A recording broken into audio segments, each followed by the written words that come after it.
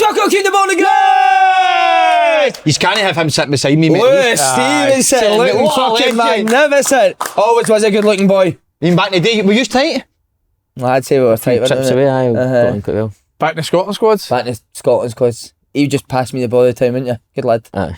So just get it to you, mate, like you do everything. Me, you and Stevie Lennon, wasn't it? Good laugh. Aye. Matt Miller used to bully me. Was he tough on you, mate? He was tough. He was just like, see, to be honest, you always put yourself down, but you were like a wonder kiddie back then. He was actually really good. What a guess, mate. He was really good, mate. You like Tommy, didn't you? I like Tommy Bunn. Was he unreal? Nah, he was really good, mate. I was at St Johnstone when you were at Celtic. It must have been like... We used to scud you, didn't we? He just gave you a compliment.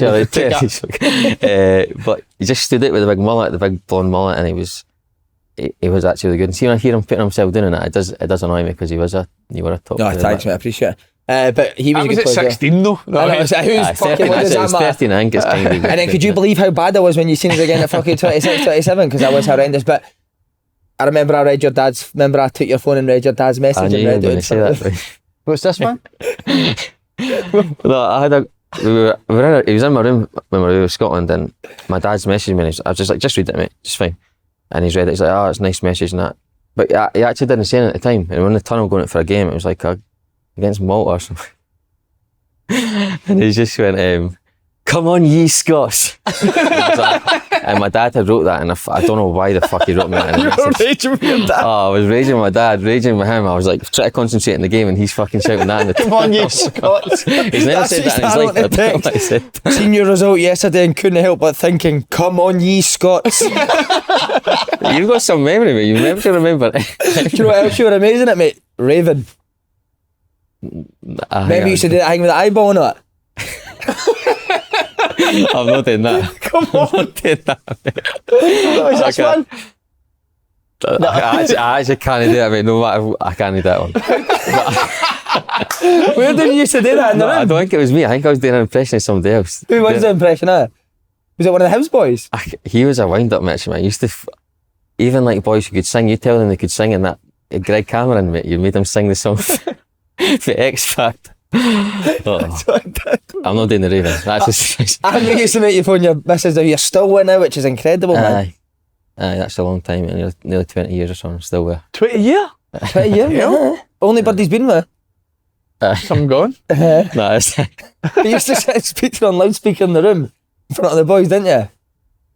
I'm not going to try and say what the boys want me to do, but I can imagine with him, mate. But what a guy, how you doing? She absolutely loves him too, by the way. Who your missus does? You seen that? Is she a cracker? Mate, darling.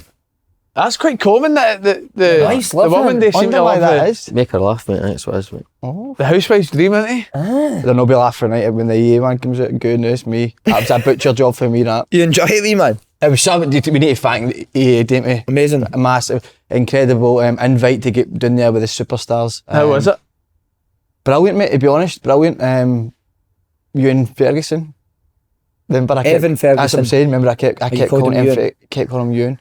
Oh, no. Oh, mate, just total mind blank. But how good was he as a guy, mate? Oh, hero ahead, top man. He's watched a few Absolute- own goals as well, which is a buzz when you hear that, do you know what I mean? Is a vlog on it? I have vlogs going out. Is it? So this is going Oh, this is obviously nice. Monday we're filming this, but this will go out Tuesday. My phone's Vlogs off. out tonight. Because it was just free bevy getting gained to you the whole night, wasn't there? He Cocktails, kept beer. going at me, you can take the boy out of Glasgow, you can't take Glasgow. He did. No, never. Peeves, innit? No, Take the boy out of the scheme, but you can't take the scheme out of the boy. You can't But people think we were doing there for EA Sports. We were actually there because we had to clear his dad's desk for MI5. Oh, is that right? Aye, tell him why. They said that they constantly heard the vibrating at his desk and they were getting worried about it. So any pet peeves we were doing there? We got one, didn't we? Pet peeve is as In in the like... airport. No, mine's is more way... If it's a footer player or it's anybody and their sound and they want to interact or whatever, and then you've got people running about them like, fuck off. When the player's alright and sound want to speak to you, when see they've got a team running about them, to kind of treat you as if you're a bit of dirt. But because it was, I think Alex Scott and Who's a darling as well, mate. and Ferguson were brand new, but some of the people running about them are fucking mouthy. You weren't they? kept saying I looked like that wee Sue Smith. Are you the double hermit? Absolute. No, I double. have one to on the airport and then what I'm going to ask you to. We are sitting in a Starbucks, mate, and this grown, so the mum comes through, Mickey Mouse ears on. Your throat, right? Daughter comes through, must have been 13, 14, Mickey Mouse ears on. Son's next, Mickey Mouse ears on. I was like, please do not let the dad have Mickey Mouse ears on in the airport. And he did. Guy walks through, mate, fucking Mickey Mouse ears on. What the fuck? I know you love your daughter and that. Wear them in the house, wear them in the taxi at the airport. As soon as you get to the airport, you're like, I'm taking these fucking... He's walking about with Mickey Mouse ears on. It was a That flight can't to- happen. It was a flight to Munich, I know. Don't even go anywhere. Doesn't it? Aye. Pathetic. I've got one. I bet you've all experienced this with your missus. If you ask her like what she wants for dinner, and then she'll say, "Oh, I'm easy," and you'll go, "Ah, right, we'll get an Indian." No, I don't want an Indian. Not in the mood for that. Aye, aye. That happens a lot in my Fucking house pick as well, something mate. then. Exactly. Oh, like, would you want to watch the telly? I'm easy.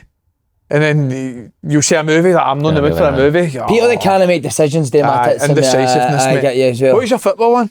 Oh, Austin McPhee at the weekend. See that? Mate, you do the set pieces. Sit 3 rows back for the bench. Didn't even sit on the front row. Get to the fucking scheming front it, row. boys. See when there's a corner, you can bring yourself at the front and fucking watch it. But something happens with the ref, mate, and he's up like shouting at the ref. He was screaming at boys The as well, fucking mate. set piece coach shouting at the ref. It's surprising, wasn't it? You wouldn't think that. No, you gave us another one though with interview. Oh, manager saying stuff like that. Oh, aye, stuff like Need that. to get that's better it. with our passing and stuff like that. What stuff like that? Explain. Let us know more. But Austin McPhee, mate, I mean, shouting at a referee for a set piece coach. I'm surprised, man. Unless he's no marking his man at corners, shut the fuck up. He's flying though, Smith V. Why?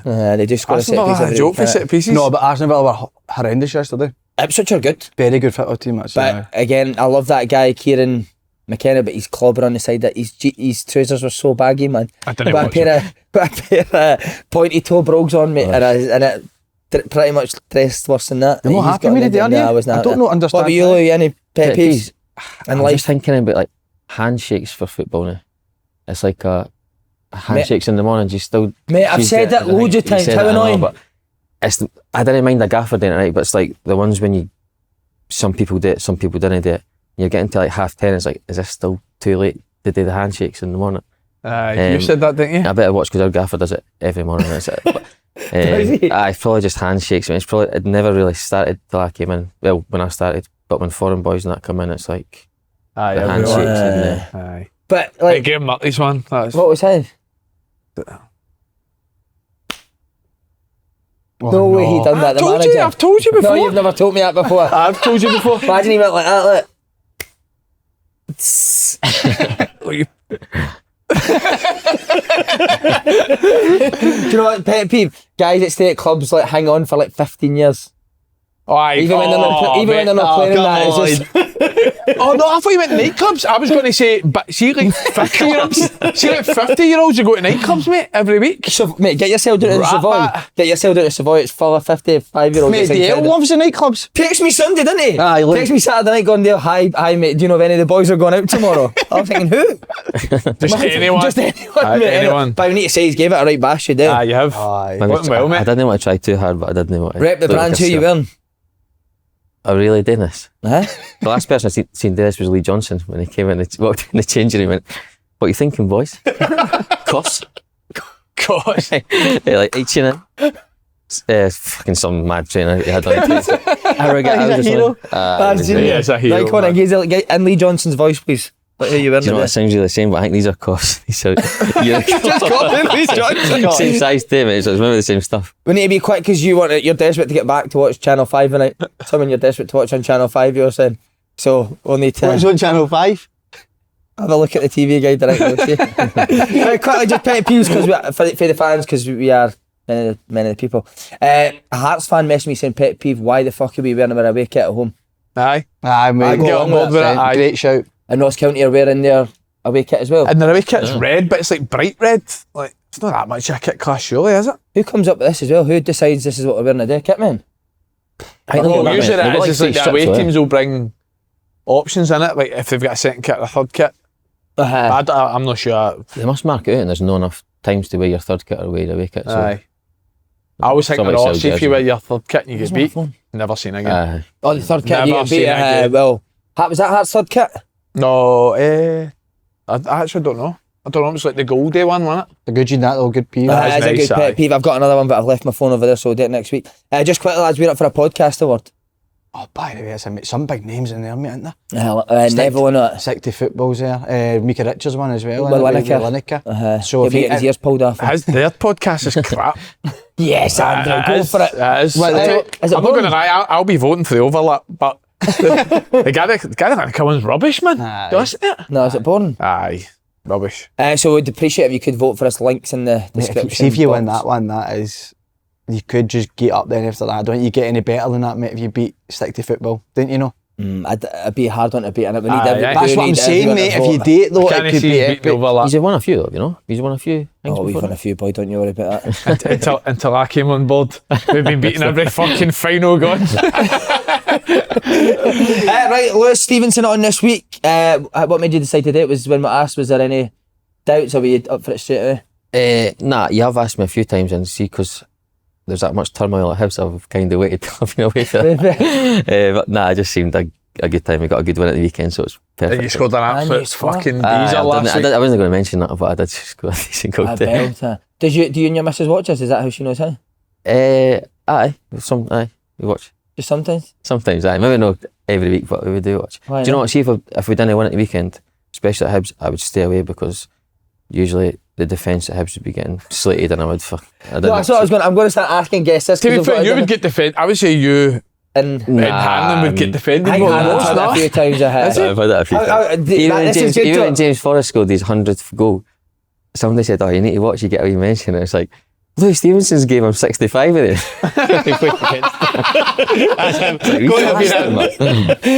that the only time you have, or can you remember another time you've been? Nah, there has been times like they get like. It's an easy. You would say like they're getting older. Their defence needs to get better. They need more players. But I just see that as like fucking bastard. That's me. Were you ever close to text and said that's it or Nah, I wouldn't do that. Mate. Do you think Boys Day, see on the Monday or the Tuesday when it comes out, do you think Boys Day listening to it and get raging if we cane them or that? Nobody will admit it, but they definitely would. Would they? Aye. Even if you say like 9 good things, I think the one bad thing would really hurt me. No, but it would. Have you ever had a breakdown or something that's been said? I came off everything. Like, did you? If we get beat at the weekend, I'd like huddle up and like no look at any. What, like delete all your apps and all? Aye, well, I've not got social media anymore, just for that reason. How did you? Were you getting it bad at one stage? One stage, mate, I've had it bad my whole career at Hibs. Have you? Aye. But I'd say you're like Mr. Consistency. But that's not really what fans want to see. They like new signings coming in. They like. To be fair, if I was watching me for 18 years, you would get bored watching me. So I get why folk wanted new players coming in. And have you got I think as well that people say that if you're a local or you're a fan or whatever, you get away with more bullshit. You get it way worse. For me, anyway. I don't know if you agree. I think maybe at first when you break in, you get a wee bit of leeway, don't you? But once you've been 12-year-old, did you feel the same at Rangers? 100%, aye, definitely. Have you ever remembered like the funniest or harshest thing that a fan of your club sent to you, like Rangers or Hibs? If I stay away from my pals, are worse. Pals are worse. Look what he's saying about you, and it's like there'll be a thread on like follow saying, "Oh, the players that apart from Celtic, the players that I hate." One of them's Louis Stevenson. It's like a big thread, mate. It's like the Ross Tokley, the new Ross Tokley, and all. And I'm like, a jobber, and they're like,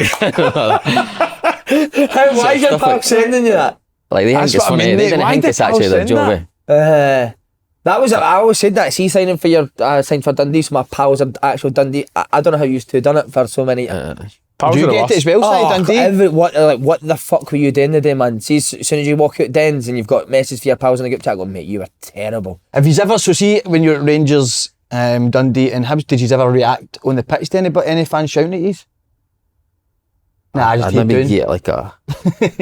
But I remember one game we actually got beat by Hearts. We played well, but somebody scored like a 30-yarder, and there was like a big protest outside the ground, and we were trying to get to our car and that, and I'm getting in the car and I was getting that. I think I gave 2 hands because folk were saying like fucking Eminem and all that.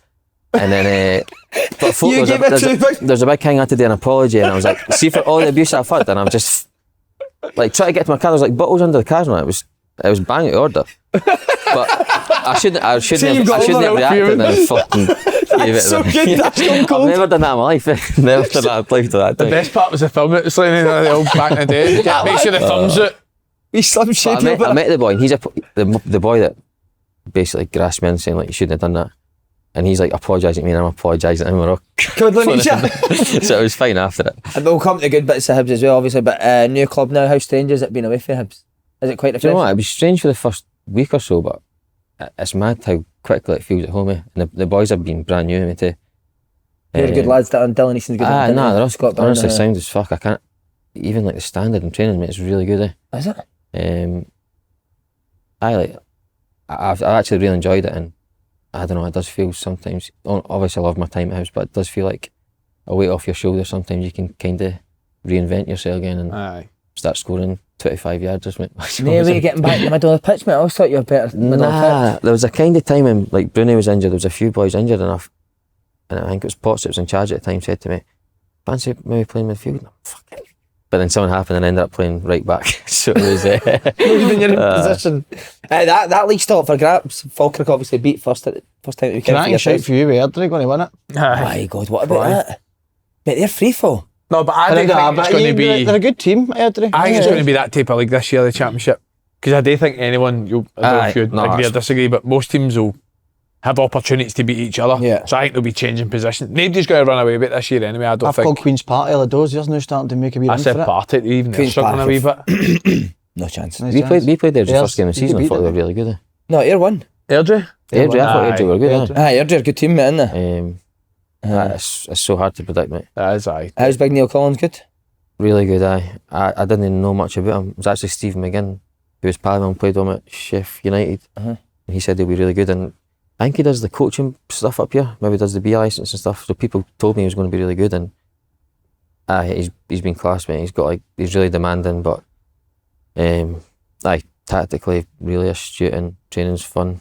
And he's a good guy as well, so it makes it. What a cut of signings for Ian Murray, throw him and Hanlon it, sign him 2 weeks later, sack. That was another thing. The Stevenson handling effect 2 weeks in, man. He's been sacked. Fucking hell. How many did you see through at Hibs? 25? Probably wasn't far off from him. He was at 15. Amazing. Right, one league that's not for grabs is the Premier League. Celtic Oh my against St God. Johnstone. Oh my God. It's one of the best performances I've Going seen. to ask you, is it better than Angie's stuff? It's hard to... Be a thread. This No, could be a no, thread. no, That's yeah. on Kerrydale Street. Yeah. Honestly, Great I can't wait question, for that. this. Well, no, Great question. It's hard just to say, is it better than that? Ange obviously done it here 2 seasons, didn't he? But the start of this season has been incredible, and I think that performance was one of the best I've seen in a long, long time. I think 5 out of these 6 goals were absolute worldies, as in the style of play playing through. Oh my God, I couldn't believe it. Listen, St Johnstone are a good team, but the way Celtic played were incredible. Again, what's the difference? Quicker play? Intensity for me, Yeah. definitely. Intensity in possession, intensity out of possession, willing runners. But Celtic were...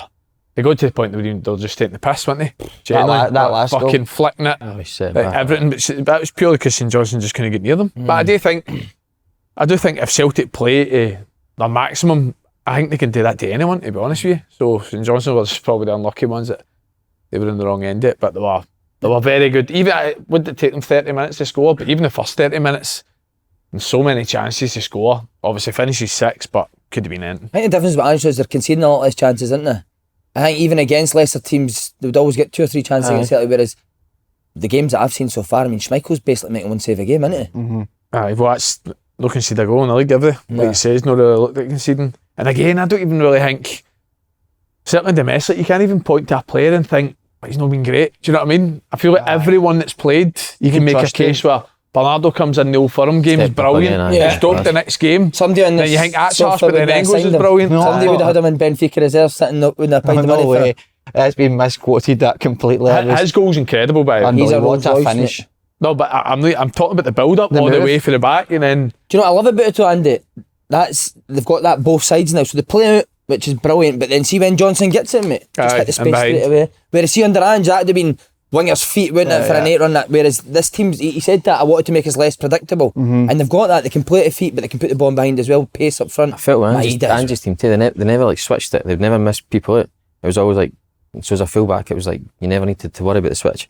But now I've seen them switching it, kicking it over off the other side, so it's done a they would always kind of switch it through the inverted fullback in Yeah. their team, wouldn't they? So It was a as bit a fullback, slow, you know, Mate, Kuhn's looking incredible this season.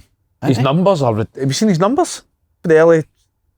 I don't know what it is now, but after the Falkirk game, it was like 8 games, 5 goals, 6 assists. He looks like a different player altogether. Aye. That front three are just electric though. They could cause, as Andy said, any team's problem. Again, like we're talking about the style of play, right?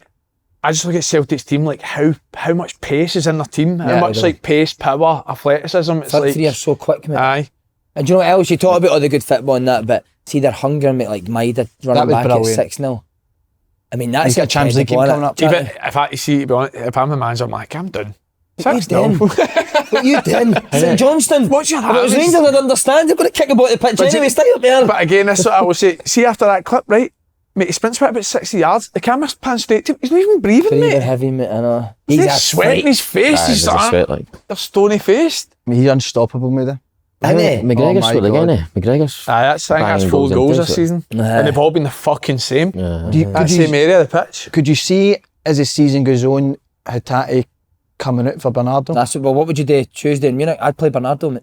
I'd play Would you? Bernardo as well, I think. I would. I love Bernardo. I'd play Hatate if I was yours. I think Bernardo's more a goal threat than Hatate. Don't you play neither. But play who? Just play with 10. Even when McEwen comes on, he looks Aye, like a fucking McEwen's player been good as well, doesn't he? mate. Aye. as well. Trusty as well. I think there was a wee bit unsure on Trusty the last game against Falkirk, but he looked a lot better on Saturday there. Yeah, and what's the left backs now? Mate, that's six. Valley. That's 6 goals. Brilliant. He's touched for. It's like good. Remember, Guti Aye. done it for Real Madrid. He Aye, ran through and he sure did. backheeled it to somebody. Now the big test is obviously a real challenge now is Dortmund. Are you going to say who you're going to play, Bernardo or Hatate? I would go Bernardo. For what reason? Just on current form, to be honest, I would say Hatate's probably better in maybe the final third is unlocking sort of a wee pass through or whatever, but Bernardo's, he's such a goal for it as well, isn't he, for there? But with the Dortmund game, this is going to be a real test, and I think that they can stand up to it, to be honest. Who did you think was good when you played against Celtic? Les? Recently? Uh-huh. Or I thought they were all good, mate. I just felt like I couldn't get near anybody. Maeda wouldn't have really Pat played Peeves. your side much, would he? Nah, he played one game, but I think it suits him playing on the other side. Yeah. He did kind of just go down the line and cross it much. Who would you Even usually like be up against? Alistair Johnson and that, mate. See when he runs, you can't even try to track his run, mate. He's Powerful, rapid, aye. I didn't play against Kuhn, but even when Kuhn first came, I think one of his first games at Easter Road, and I was like, this guy's got nothing. This guy's got nothing. Last season, he just kept going back, and I don't know if he had an illness or something that came out, but this season he's been absolutely flying. Did you take Leigh Johnson advice and go and ask the Japanese boys what they do in terms of preparation? Mate, that was bro. I forgot about that interview. But he's like, mate, only one of them played in the game. His whole thing after, it was so good. He's like, only one of them started. It was like the other two came on, it was 3-0. It was like, how long do they stretch for? What they do at the gym? But Geeds actually found out, but he was in the squad and he was raging, eh? He was saying, fucking, he needs to go and ask Ange what he does. He needs to take that. But And then, sorry, on St Johnstone, it says here Landboss, Tiern and Lynch, but it looks like it's now going to be Thingy Valakari, am I right? Is it ex-Hearts? Ex-Motherwell. Ex-Motherwell, aye. He looks like it's going to be him. It's got the job. Who's I've that, seen on Si? I think it's like Valakari. is he like the Riga manager or something like that? Oh, I've not heard of him before. So he looks like he's going to take the job. I think the land boss is he knocked it back. I think Scotty worked with him. Scotty Allen worked with him at Larne. He raved about him as well. Said he was really good. In what way, Andy? Like coaching wise? Or? He always says that they were the best footballing team in that league, and he just said he always enjoyed his training, how they played. So What does that say for us that the guy But let's be honest, right? knocking back an SPL job? well, mate, he knocked it back at fucking 5 o'clock and 7 o'clock on Saturday, and he won it. You've been watching that game, mate. He's phoned St Johnstone straight away. It's should be 6-0, I'm coming. So, But I'm quite happy that there's a guy coming from abroad again. I just like that there's more coming into Scottish football. Obviously, they need to be good, but I think he's got a decent track record where he's been before. Well, I think that's what you need to look at, innit? The track record, because Jimmy Taylor at Aberdeen, even though he came from Sweden, but his track record was really good. So I think that's more important that they've done it at past clubs. Been What I like for successful. you, man, because we've just went seamlessly on Aberdeen.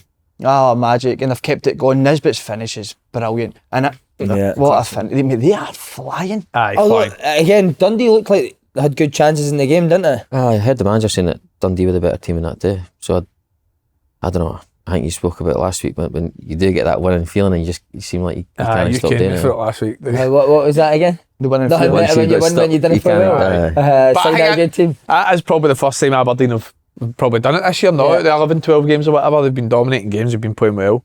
And Jimmy Taylor even says that he didn't think he played that well, did he? Still won. I think they only had 2 shots on target, scored the ball for them. And But it was got some good It players. was a big Papa guy as well, wasn't it? Who's a massive player for I them. don't know if it's a rumour what I heard, but I've heard that could be a while. Is it? It could be a rumour. You've been speaking to Jim lately? No, yeah? I've not. What was that? Supposedly he's Was Vaseline it him a up, so like tackle? try and get him back I quicker. don't know. Sure. But he's been flying for him. What? So can you give us a wee insight into how you? No, what I you think I just seen it. I might have just seen it on social media or something, to be honest with you. But said? Right. apparently it's supposed to be a while, aye. The guy you like looked good as well. 81. Keskinen. But what's the good Dundee goalie doing for the second? Second goal, he's got. Lovely big boy, but fucking hell, save that now. He is a crack big boy, I know, isn't he? Fucking save that now. big Fucking boy. John I don't McCracken think he's against square, in 3 that's weeks as well. He's having himself a crack, so he'll be fine. Yeah, good big boy, aye, but he know he should have saved that. Have you spoke to Nicky about? Have you spoke to him recently about Aberdeen? Has he been ignoring my messages? Another one. So I kept on pestering him saying, can we get up to Aberdeen, watch his training and that, and I think when I started sort of plodding my nose into that, he's maybe just take the back step. But for the early stages, so impressed with him. Yeah, another quiet weekend for the wee man again in London. Take him to London, not Just flooded, site. wasn't it? Just flooded. Lewis, who was the SPL team you played in the group stage of the Cup? Ross County. Or was it Ross County? Aye. It was still early doors. They didn't have any other new boys in. We actually played alright up there too, but Sorry mate, on you. The blunt question. Go for it. Can Aberdeen keep it up? 100%. Think so? All Keep the it way. up. What, keep winning? Aye. Why not?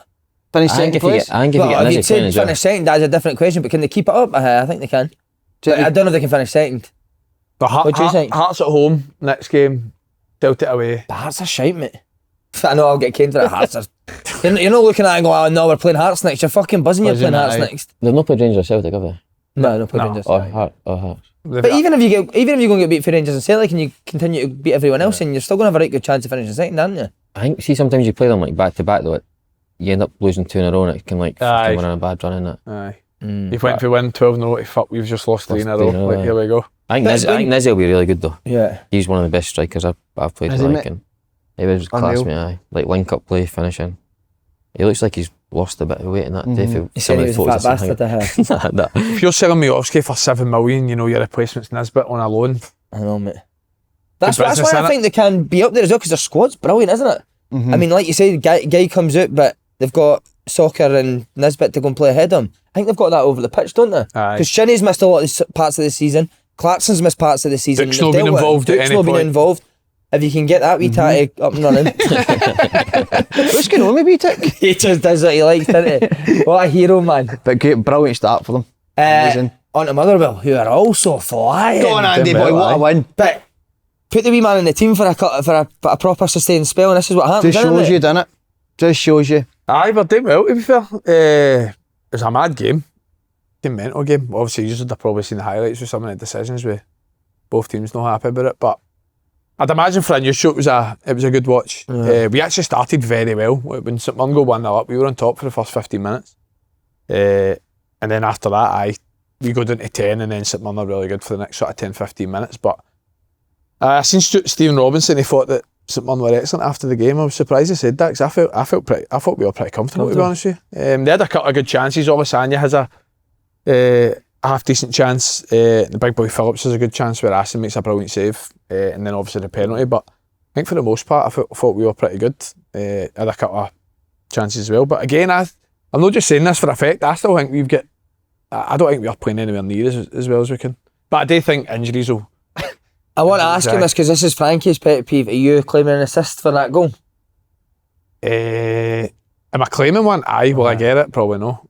That's what his is. People claiming assists that have took like 6 deflections and then goes in. Aye, 3 horn balls. But I said 100%. Andy will Three take horn it. balls and 2 deflections. How many assists is that your own, mate? If that counts, 5. If it doesn't, 4. No bad, Good mate. start, Andy boy. No Corners, bad. mate. See when you take. Honestly, see being a set piece taker, man. You can just help it. My first 3 assists were all corners. I know, but you need to put the corners in a Aye, proper a good area, mate, delivery, innit? mate. What, have you played against Lennon Miller? I have, aye. What do you think? I thought he was really good. It was actually my last game for Hibs. I think I was marking him a corner or something. I was just like, mate, you're a joke. Like, I was actually speaking to him on the pitch, and he was, I don't know, just seemed so humble and like. Yes, aye.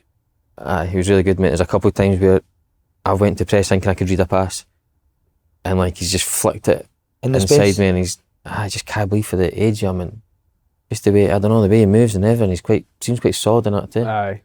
That's the thing, I thought he was really good. Like, I've heard quite a few people say they don't think he's that athletic. Don't know where they get that from, honestly. What did you say covers Nagy? What did Paul say last week? He's 18k, you said. 76k last week. 76k. He's top 2 or 3 every week distance covered in our team. Every week. Is he? Well, I did see this morning, I was going to ask you, is Crystal Palace and Atalanta supposedly looking at him £6 million? I just hope it's no January, to be honest with you. Because if it's January, you're done. Even if he's a third and you sell him in January, you're done. Hopefully keep him in the summer. He's only gone one way. I think everyone at Motherwell knows that. But he's the type of player, obviously, you don't want to lose in January. But if you're going to lose him, it's going to be a club record fee, 100%. Yeah. Maybe get him that move, we don't stop talking about him. I know, mate. You know? That's what you need. Motherwell fans will hate us. See if you drum up interest, mate. McCarthy, we're They're saying, in the paper every day. Every day, free, page free. That's it. You barely didn't touch it. It's a good link to you as well, because you obviously broke in young. A lot made about you and that. can't link me. No, but I'm just going to say, was there ever interest in you at that young there's age? nothing, mate. I don't know if Surely it's a there different... was. That League Cup final, you were brilliant. Aye, that was one game. I know, but you're in the build-up to that, you're playing really well. He talks himself down. I know he does. It was kind like of... It's probably a different era of football. And people want to get moves off, like... I see, do you know what I mean? You probably need to have 2 or 3 seasons, like... I don't know, like a Stephen Fletcher or Kevin Thompson or Scott Brown done it the year before. I think there's a lot of pressure on us because the youth system at Hibs was so good. till like my kind of generation, it kind of died off. We didn't sell play for ages.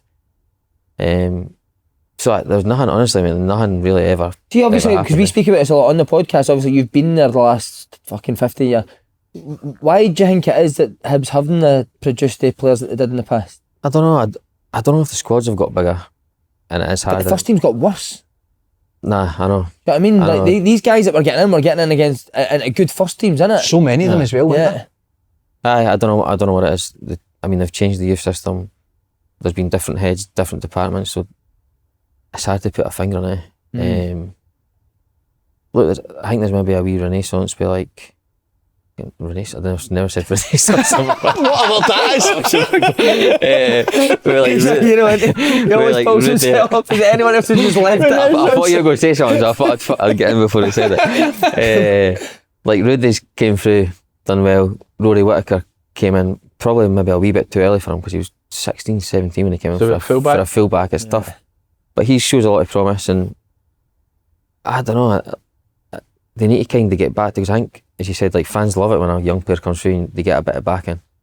But it's not really happened for a few years, and it's a good business model as well if they can bring somebody through and sell them on. Yeah, I think it is hard as well. I think for young boys to come through if a team's not doing well. I seen, obviously we'll get on to Hearts in a bit, but I seen the boy Forrester started for Hearts at right back and had a couple of negative comments, but I've seen that. you know, Hearts, if you've not won in 10 games, you know what it's like playing at Tynecastle. If you've not had a good run, it's hard for boys that age. But what I was going to ask you is, obviously over the last 15 years, the amount that Hibs has brought through, who would you say in your time you would look at, say, they were the best in terms of the young ones coming through? I kind of like Bruni and that were a bit older than me. Hughes obviously went on to have the best career, but Porteous was, I suppose Porteous came out, he's probably one of the good products. But even when he came in like 17, 18, he's like shouting and training like, fuck, get yourself fucking going, Steve-O, and I'm like, love that. But that's kind of half the battle. Like, you didn't want people coming up and they're kind of just happy to get through a training session. Do you not think that's quite a lot in young ones these days though? Do you not think that is quite... I know exactly what you're talking about. Do you not think young boys now, there's not a lot of like characters in terms of like voices and like personalities? Even like you see it in like, I'm watching obviously young kids when my wee boy plays, and it is quite quiet, it's quite passive, it's like nice little, do you know what I mean? I don't know, there's not as much winning and losing. But did you not also think when we were younger, coaches had that personality, so it kind of rubbed off, like we always say we are who we are because Tommy Burns, mate. Not just playing wise, personality, mate. There's probably not as much fucking character out in you. There's not as much demand. There's not even like shouting at boys anymore. I think coaches don't want that in players. You need to ask them, mate, wouldn't you? But do you know what I was just thinking about youth team players at Hibs, mate? The scariest guy I've ever played against, played for Hibs youth. You know what I'm going to say? Darren McCormick. Nah, he was fucking scary. Like Jay Shields. Oh, yeah, he was older than me, but I He suppose was because he's a wonder kid, you played a few years Few above years you. above so, you, remember? Oh, Mate, he's man. really Scaring good away. me. Take But he your was money scary, off aye. Jim McGinn, mate. Aye, No, he he was would He was centre mid there. it's the centre mid, mate. He would just smash you constantly, man. See, Aye, at our he was age group, Slaney, I used to always think Sean Welsh. He's a good player. Aye, Sean Welsh, Welsh wasn't was that Hibs coming team, through that that Hibs team were a joke. Aye. Who was Like Leigh Curry as well. Leigh Curry. Leigh that is- Curry, Aye. Booth, left back. Callum Scott Booth. Booth? Scott Booth, he Was he brilliant? was one of the overage players that came Callum down. Booth was actually really Callum good. Booth, and then do you know what Hibs used to always do, mate? And I could never work it out. The diamond in the middle of the park. Like the And- box one. he? Played that in the first 22. team a bit, huh? Mate, it blew your mind how they used to tell the winger to come into the midfielder, then the full-back bomb, and you were getting dragged about. What a team they were. I thought a lot of them would have actually went on and played. Many of them, sorry. Welshie was unlucky with injuries. Like I don't Aye. think Welshie would have kicked on. He never really got a chance at Hibs where he was one that was really good. Like Mate, I remember seeing Ryan Porteous, right? I was at Peterhead and they played a reserve game against Aberdeen. He must have been like 16 or something.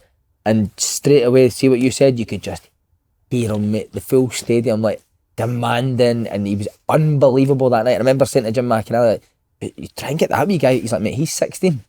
And he was fucking playing. Like, it was when you could play, like, sort of first team players and that were playing, and Porteous was incredible, mate. nah, he was good. Like He doesn't, but do you know what I think that impresses me? See, even when he made a mistake of that, didn't care, didn't he? No, no, he doesn't care, mate. that's a brilliant. But I think you said last week too.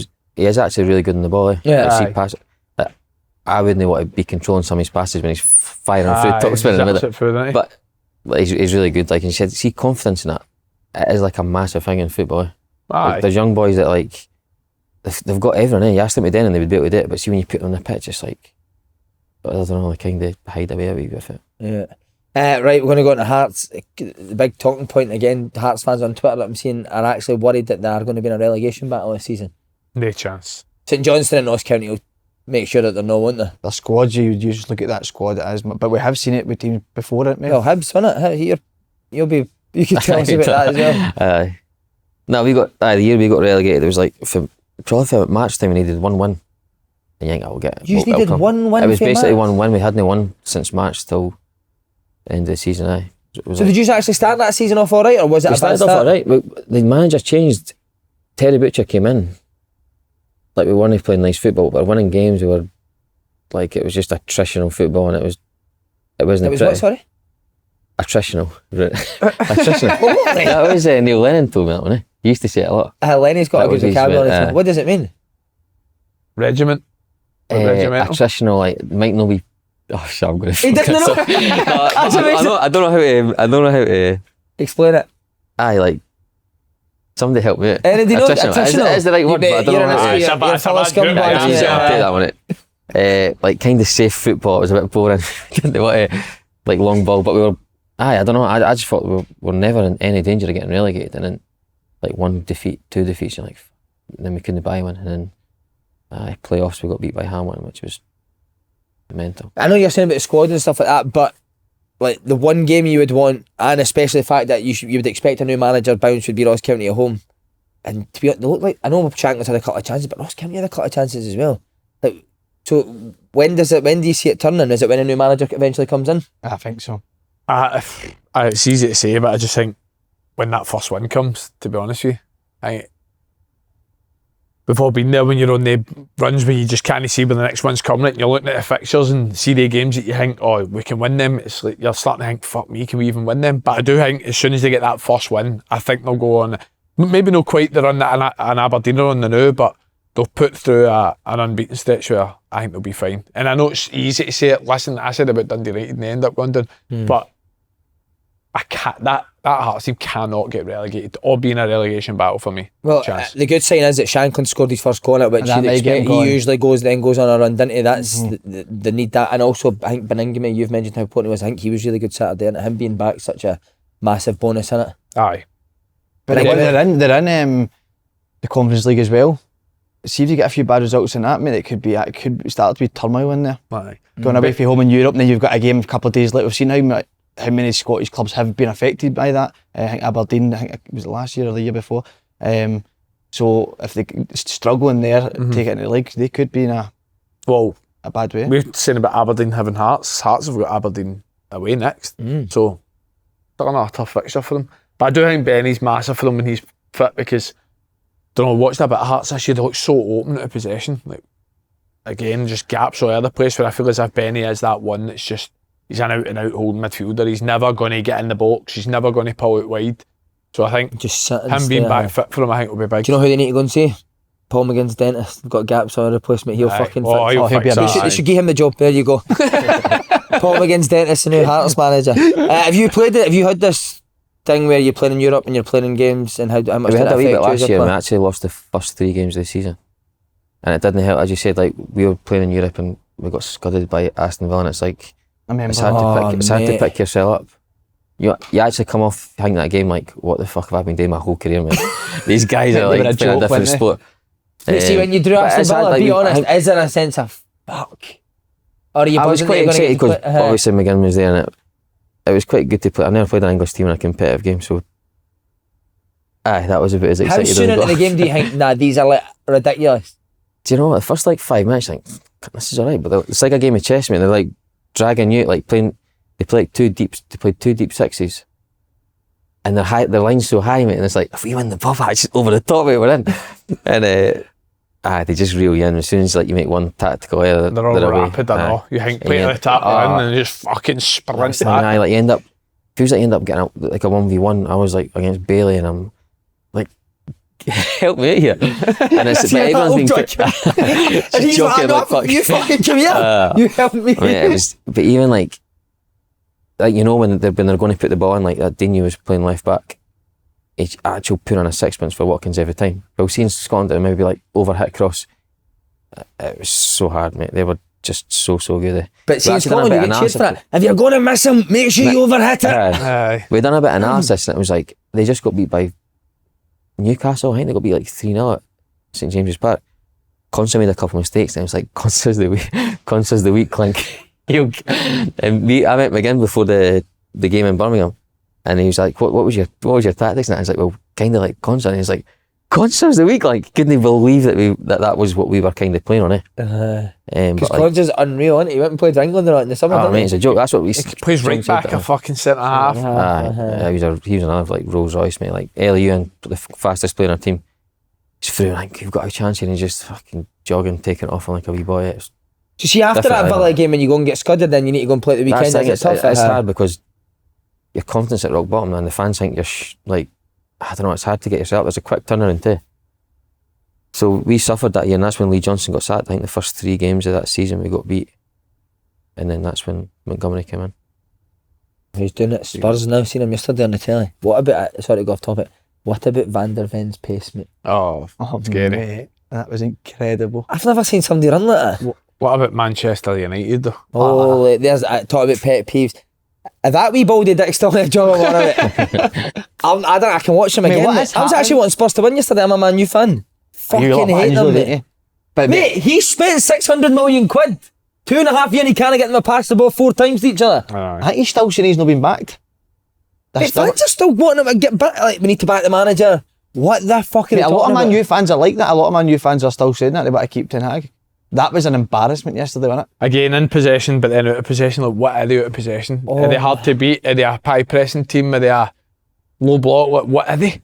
Just they're a hard Mate, watch. Spurs were brilliant though, weren't they? Spurs. See if you could get a proper front three, mate. I think he'd have a right good chance winning that. I just didn't think the front three are Do you know? Werner's shite.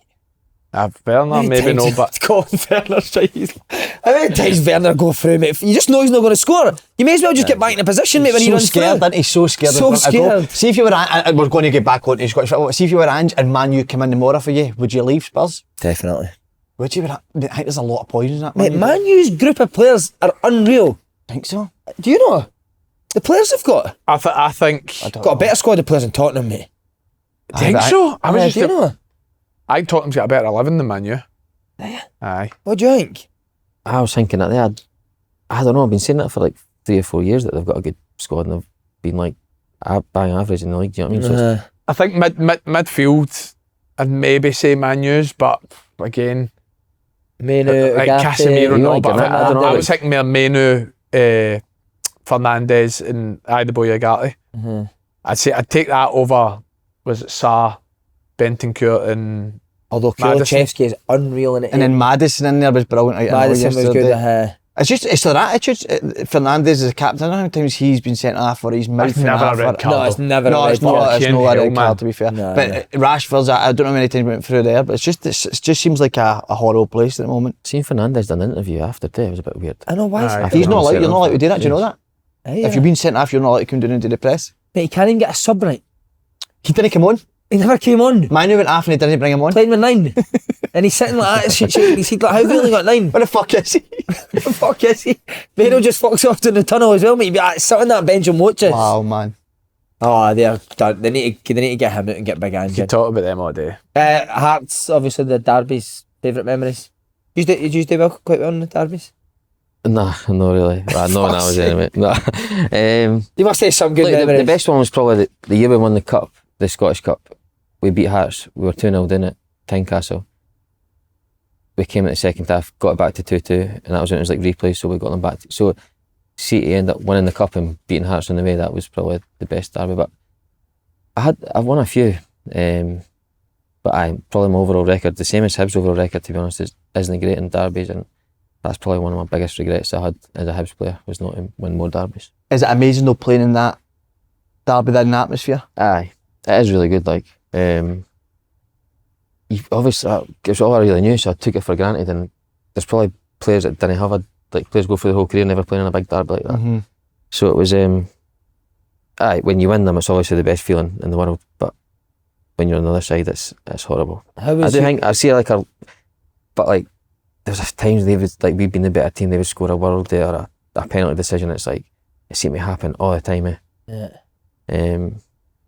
We go through wee phases. I think when McGinn and that came, there was a spell that went 6 or 7 without getting beat. And that's when you think the tides kind of turning, and then I don't know. That was some team though, that Hibs team, wasn't it? Yeah, great team. It was really good. How was Yogi as a manager before derby?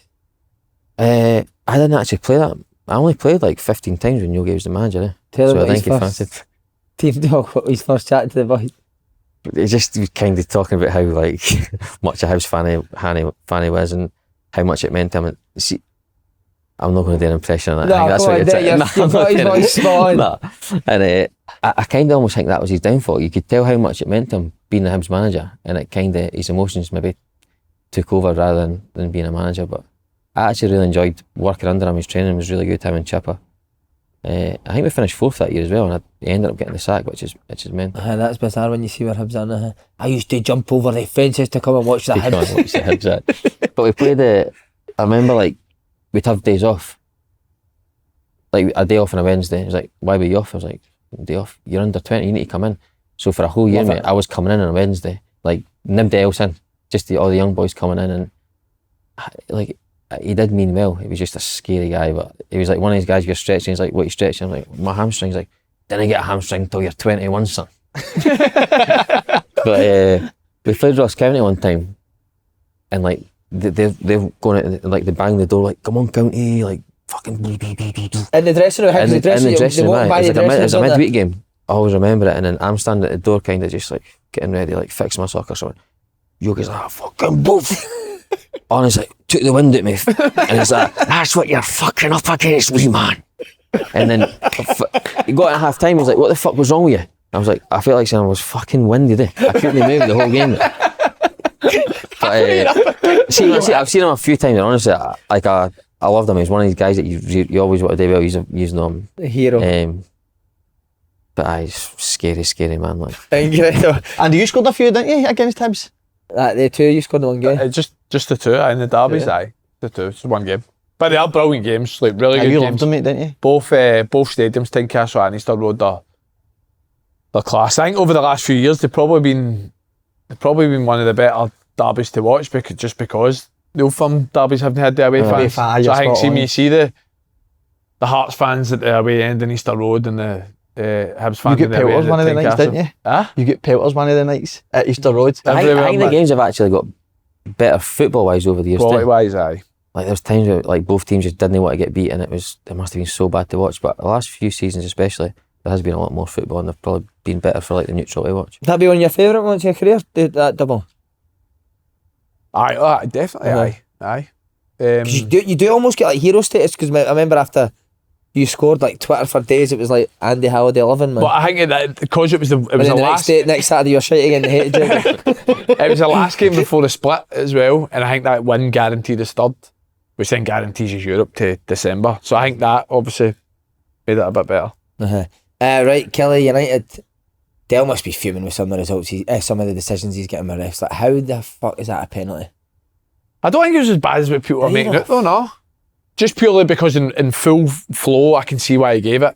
I agree with you. I don't think it's a penalty, but I don't think it's a pure howler. Everyone's But again, talking Andy, if it's a surely shocker. for VAR is like you said in game maybe, but go and watch it on VAR. Which is why this clear and obvious error thing needs to go for me. Just come to the right decision. Do you know what I mean? We've said it before. See if somebody's getting sent off a second yellow, the ref should be able to look at that. Because 100%, Panzer's at the weekend against Motherwell is incredible, mate. The fact that he think that's even a foul blows my mind. Genuinely blows my mind. Daftest rule in football, that. Do you know You what I mean? can't look at a second It's a yellow. red card, so it's not a yellow card. The second yellow's leading to a red card, so it should be automatically checked. Whoever's sitting in that boardroom or whoever comes up with the decisions, mate, is baffling. You're in the Jobby League now, so you don't have VAR. Did you prefer the game with it or without it? Probably with it. See going now and like there's a few decisions we've been on the wrong end of that if we had VAR. So see, most of the time you do get the right decision.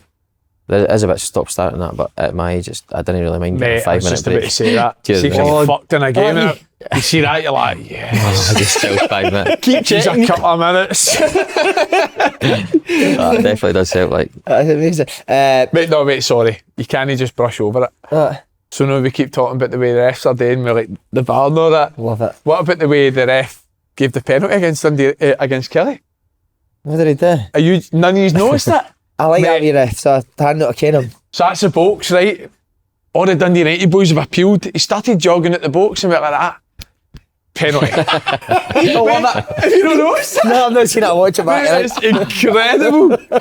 It's as if like he's jogging away, he's saying no chance, but then just goes penalty. Turns round. Amazing. Mate, it's incredible. When he drives doing more stuff, try and mix up how. Imagine remember that big fish, small fish cardboard box? That's how they start. Day the rave, come on. that was what I Mate, he used to pretend he had his eyeball. Did you get it when you done it? You need to do it, mate. It's 15 or genius. 14. Mate, what a good dancer he is. Are you, mate? I need to get it. Honestly, I'm not proper a good raver. dancer, mate. So would you are you instigating him to get up and dance not with eyeball? I must have got a night out. I can't mind even where the eyeball thing came from, but I do remember what we're talking about, but I'm 100% not doing it, no matter what you try to do. You need to show us off camera at least. Hey, is this you showing us the ref? Aye. I wonder if they do speak about it, the refs, so saying, I wonder, you try something this week. Yes! Good sir. What a guy. Refs, keep that up. We We need more for them to do it. But by the way, what a comeback for United. 3-1 down away to Killie, you think, not take a defeat, but resign yourself to losing, but tremendous comeback, wasn't it?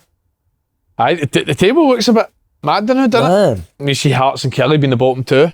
Dundee United obviously doing really well. We've started the season really well. I think Ross County are just outside the top 6 as well. So I think that's like 3 of the 4 teams that were kind of tipped to be Up there. towards the bottom, sorry. And then obviously Hearts and Killie to be comfortable top 6 again. So aye, it's interesting start. Big boy Ross Graham, he's done well. He's played against us. I think he's good, United that boy. fans are raving about him. Stepping up to take the penalty, big centre half. I like him since his Terrible first came in. penalty. Yeah, I know it goes in, but down the middle. he tries to open up, didn't he, and proper pass it in the corner. Some and boys would Cullie's take it. it at that time. Boy Will Ferry's ball for the first goal's unbelievable as well. He's brilliant. He's a good player, player. isn't he? Aye, him and Graham have started this season really Is it well. like the left hand side, aren't they? Graham left centre back, him left wing back. Wing back. Who's he He came takes a for? life. Is he Scottish? No, as he came for. He was the boy Ferry. Aye, I think he was at Cheltenham last year. was it? Was He was at Cheltenham, aye. And the other boy in the wide right, he's on loan for Liverpool. He looks like a decent player as well. Stevenson, You were Stevenson. training him last week for the penalty he gave away against us. That's how reactive I am. He's gave away a penalty last week. He's shite. He's set up this week. He's amazing. Big Malt still scoring as well. Aye. No, honestly, all credit to Goodwin because I thought they'd have struggled this season. I really did, and he ripped it up. I told you I got that for Billy Dodds, but he has ripped up and brought a lot of players in. And not a lot of managers would do that. Coming for the championship, they've got up, maybe feel that you need to be loyal. But as I said, he's really went in there and he's doing really well this year. Really well, surprising me to be honest. Frustrating for Delhi. He's so close in quite a lot of games this year. And Do you think he looks I like think that a happens, young Derek McInnes? Lewis? Nah, he's got a wee bit of Dale Got a about. wee bit of Derek McInnes about you. Being called a lot worse than that. I'll Were take you that. going to management, mate? Nah, No. definitely not. What were you there to? I wouldn't even Nah, I know. wouldn't mind doing like kids coach, like, even like you've got an academy and that, something like that would be right up my street. I think I'd love to do something like that. But you did another job as well, mate. That's not going to pay the bills. Aye, but I definitely would be a football manager. What would you do, mate, if you had to, like, apart from the coaching, is any other jobs out there? Probably just someone working myself, like not having to like just give me a job today and I'll give it my best. No, but if somebody's giving you a job, that means you're not working for yourself. Oh aye, working for myself. One for myself, somebody just gives a job and I'll tell. No, just working myself as the job. Just somebody tell me a job today and I'll, Like a postman or something? aye, Aye. postman or Ah, even postman's delivery great, driver or something like that. Lorries, would you do lorries? No thought about it, maybe. Love to see you in a lorry, man. A bit wee, I think, for a lot. Like, I do get a wee one. Right, Rangers seal 3 points, won the win over Hibs at Ibrox. Oh, bad game. Good result, but not a great performance. I think we'd all agree now. What a bad game of football that was. No, mate, it was, honestly. I'm But not just saying. see you saying about bad game of football, do you need to give Hibs credit? I thought Hibs set up quite well, mate. I thought that especially how the Second half, aye. but even how the press like reduced Rangers to not a lot of chances, I would have forced them went. wide, defended it well for there now. Aye, but I would have been more aggressive if it was Hibs, to be honest. With Even the- right fade it off, Aye, Right, you 100%. mate, right. Just thought the amount of time Rangers players are passing at the pitch, or even the amount of times if you're a Rangers player and you're going back the way or sideways and you're not turning, I couldn't believe the amount of times they done that yesterday. Now, whether that's a lack of movement, a lack of coaching on the training pitch that they don't work and stuff like that, but I mean, we've been critical of them being too direct at times. I'd actually rather did go direct than that what I was watching yesterday. They do at times. They do look uncomfortable. And I really playing like through the Barron. thirds, don't they? I really like Barron. Honestly, he's been outstanding. But some of the players, my God, I thought it was woeful, to be honest. Do you know what? It gets me with Rangers. I always think, like, you look at the top teams now, right? Especially think of wingers, right? So Maida stays on the left wing for Celtic. Kuhn stays on the right wing for Celtic. I watched the first half and I see Cherny, who's meant to be playing wide right, away with fucking wide left. McCausland at times was away with fucking wide. Like, what is your setup? It genuinely does seem like they're just running about fucking anywhere at times. I didn't get the starting 11 either. I just didn't get some of the players that started. The boy up front, is he even a striker? He's looked good when he's came on, but he was. Is he a striker though? Again, no, what What did they services have he won on, mate, I know. to play with the full Aye. game? They never really created a chance for him. But he says never. I don't even think he was involved in the game. And I know you will feel the same way. See if I've not touched the ball for 20-25 minutes. See when I do get a touch, I want to make something happen. And I felt like he was trying too hard any time he was getting the ball. But we said the Celtic the biggest difference in intensity and tempo. I think that's the one thing Rangers are lacking in a lot of the games. You talked about Barron. I agree. I think Barron's been excellent, but it's because he brings enthusiasm. Like, there's a He bit of- actually moves to try there's and a get bit on of the ball, tempo didn't to he? his game. Jeffrey's been the same, to be fair. He's I think he's looked really good because he gets the ball and he's positive. He's a ball carrier, and it's even times but it doesn't come off for him. I think the fans have reacted quite well to it because it's like he's trying to make an impact in the game. But yesterday I thought they were really passive. It was a really slow tempo game, and I thought Hibs second half were good, to be fair. I thought Hibs deserved it, at least a point with the chances they created. Obviously the penalty, Dwight Gale, that chance for Dwight Gale, that's what he's there for, because he's scored 2 goals obviously all his career. He is so unlucky. Yeah, it's so Good he did close that. on it, but it is a good but he probably should score it. Dessers, man, he's got a great save, but he's got to Save. score Mate, that.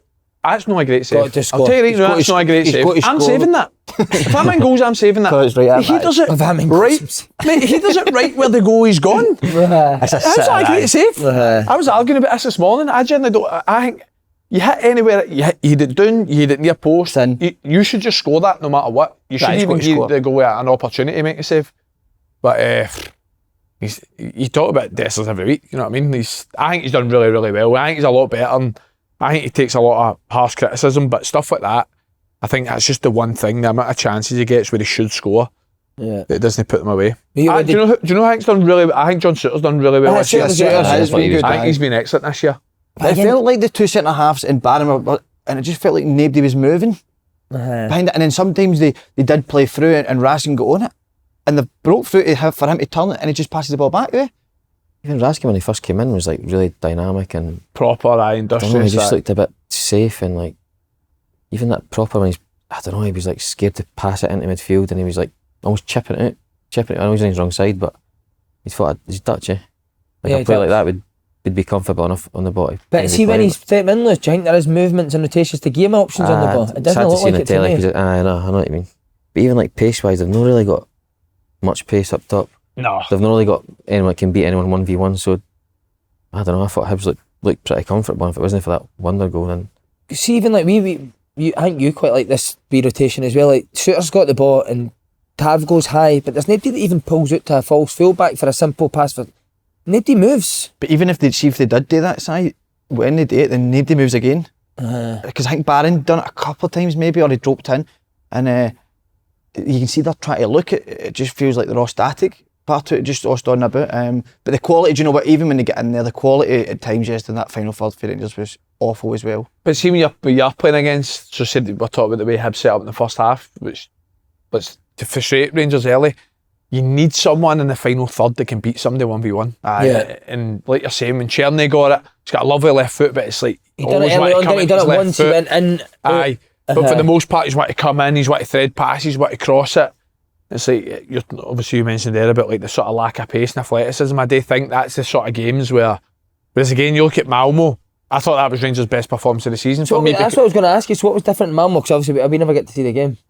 Is it just a case that Rangers are better against teams that have a bit more of a go? Right. Like, listen, you could then argue, but what I get when they play against Celtic, which is obviously a good point. But I do think Rangers are. You talk about being a bit more direct and want to attack quickly. It does suit them when teams are actually attacking them. Do you know what I mean? And on turnovers or transitions, they just sort of get after teams. And I thought they were excellent on Thursday. I thought they were really good because I thought Malmo would be decent. I think they're cruising the Swedish league, and they've always kind of been a European team for the last few years. But I thought Rangers' first half were excellent. They were dead comfortable. But you then think, right, go and kick on, go and sort of build a bit of momentum, and then. So I say this all the time, the harsh reality is when you're at Rangers and Celtic or even at Hibs and Hearts at times, like sometimes winning isn't enough. Like they actually want you to go and beat somebody 3-4-0 and put on a right good performance. But sign a good team.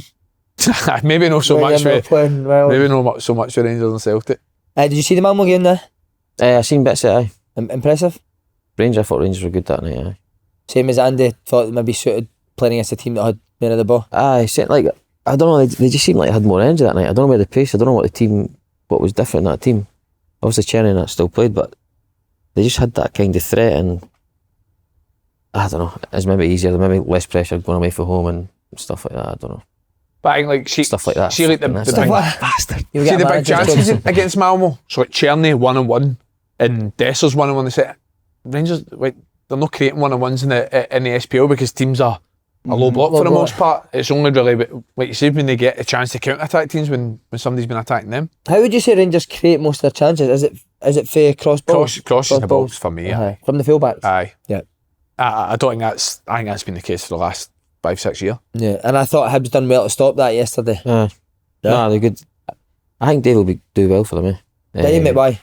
Just because he knows the league, and I think he knows you didn't need to try and reinvent the wheel. I think they've recruited well this season.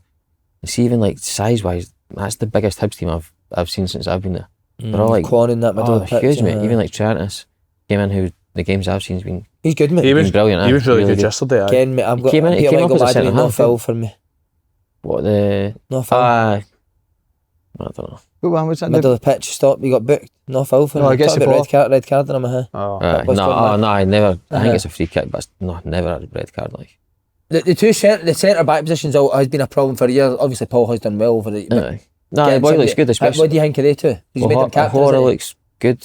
O'Hara, captain as well, which is, I don't know how you would really, maybe Josh Campbell or somebody, Cads maybe, but he looks good. The games I've seen, he's been really good, and the boy Marv kind of had a couple shaky games, but he looks good as well. So I think, I honestly think they'll be good. It might not be easy on the eye at times. So I think every time I watched the telly, I felt like it was like Miller was taking a long throw.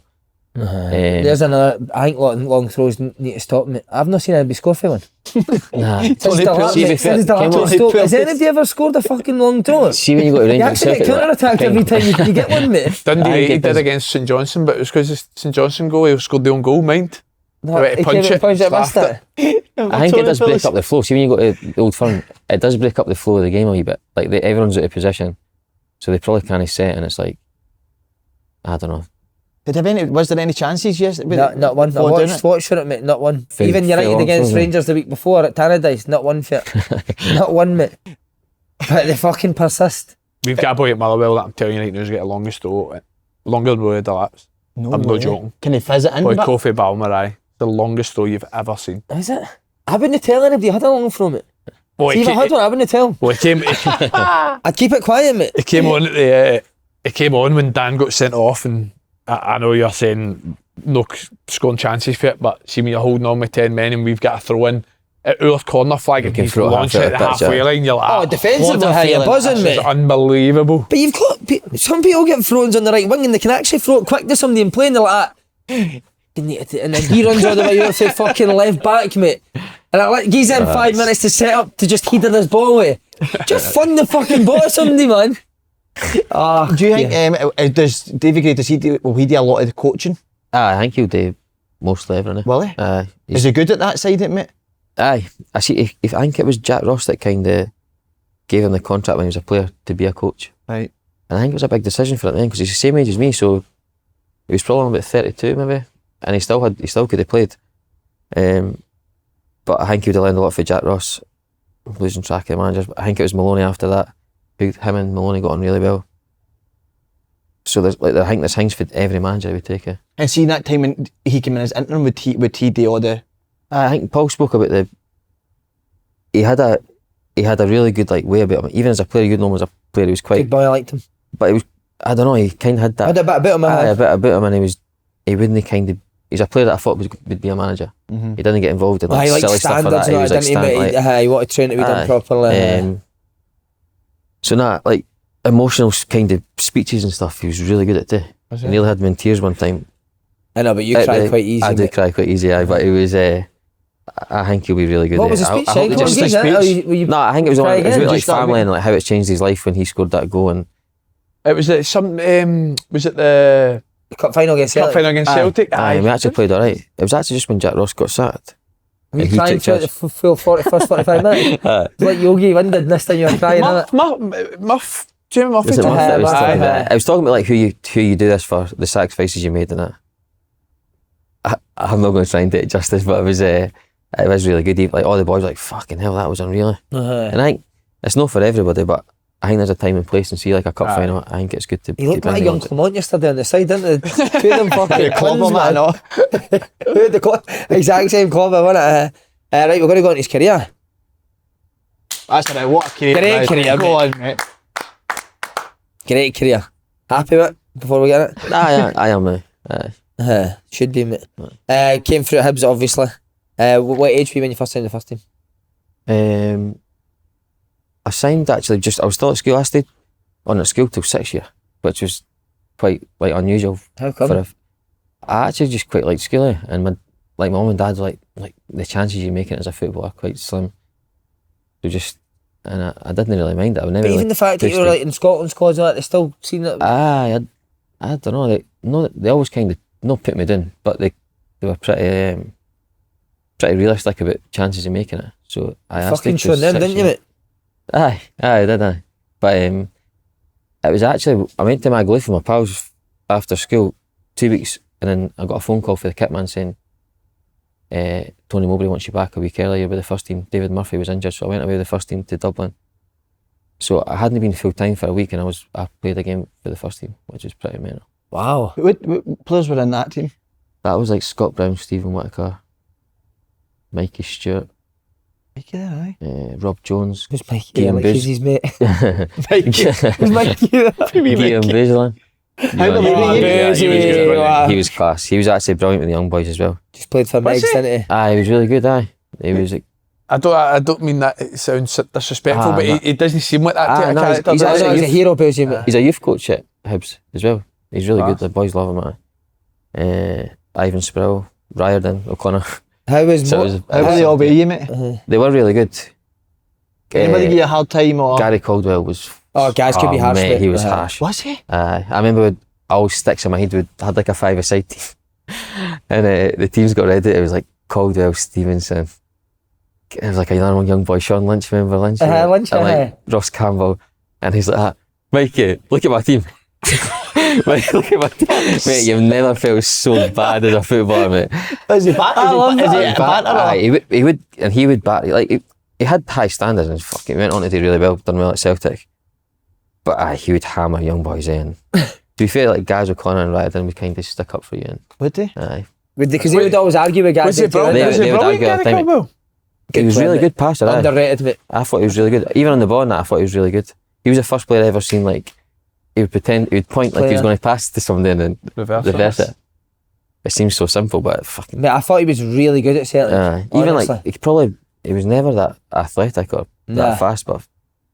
On the ball, mate, like, playing out for the back, he was incredible. Has he been better in this generation, mate? Did you see that they scored would... a few goals in that too for him. Gaz and Deeks were always fighting me, Caldwell? They were always arguing with guys. Were they?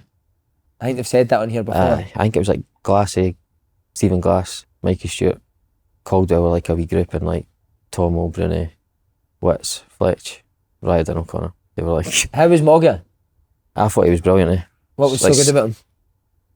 I just thought he had a really good way. He was a manager that, when he went to Celtic, I was dying for him to do well because he was really good to me. He gave me my debut, gave me a wee run in the team. It's mad, even back then, I can't remember doing like tactical stuff, eh? I don't know if it was like when you first started, you're the same age as me. It's basically just go and play a formation, you go and play. But training was good. It was fun. Even like running, we never done running or anything, but he was probably lucky with the players he had. Did you ever get really good. Did you ever get the... Never seen Tony that. Mowbray, no? Nah, Somebody never missed a got chance, that, he turned around the bench and got that. Oh, one time, the only thing that, you know how the young boys get pulled over, like they were shouting to the youth coach, like, it's right, Alistair, we want Stevenson and somebody. I went over, done a drill, and I got sent back because I couldn't do the drill. And after that, honestly, like things like that proper affect your confidence. I was fucking shit scared to go with the Who first team. sent you back? Vino or Vino and Morgan, like, what have you been doing with Alistair, Lewis? It was like a ping. You had to like ping it. It was like a shot. But do you know what I mean? It was like what a have you ping. been doing with the youth team manager? That's incredible. But it was like a ping, but it was like, I thought, not that I was going to tell him. I thought it was too short to ping it. Do you know what I mean? It was like, you could easily just pass it. But it was minging. I totally remember it. It was like, go again.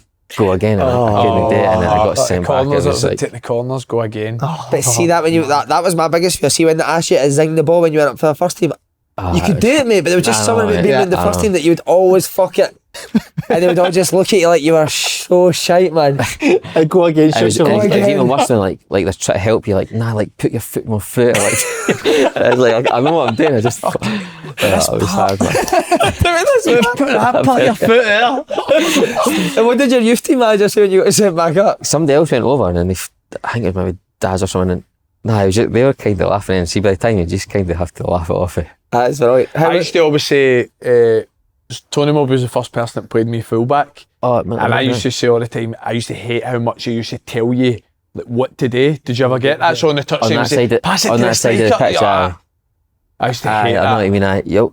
Even now, I still kind of get that. You always rather play on the opposite side for your bench because they're telling you what passes to make, or like, it's probably just in your head. I hate that. See, if you do that as a coach, I hate myself for doing it. I try my best not to play the game for them. It's the worst as a player, mate, and it's somebody telling you what to do. I see why the fuck you tell me what to do. I know. It is the one. What about Gaz and Deeks? Any good stories about them? They weren't there that long, but that was like, I couldn't believe how good they were finishing wise. See, to be fair to Gaz had everything. He could run, he was big.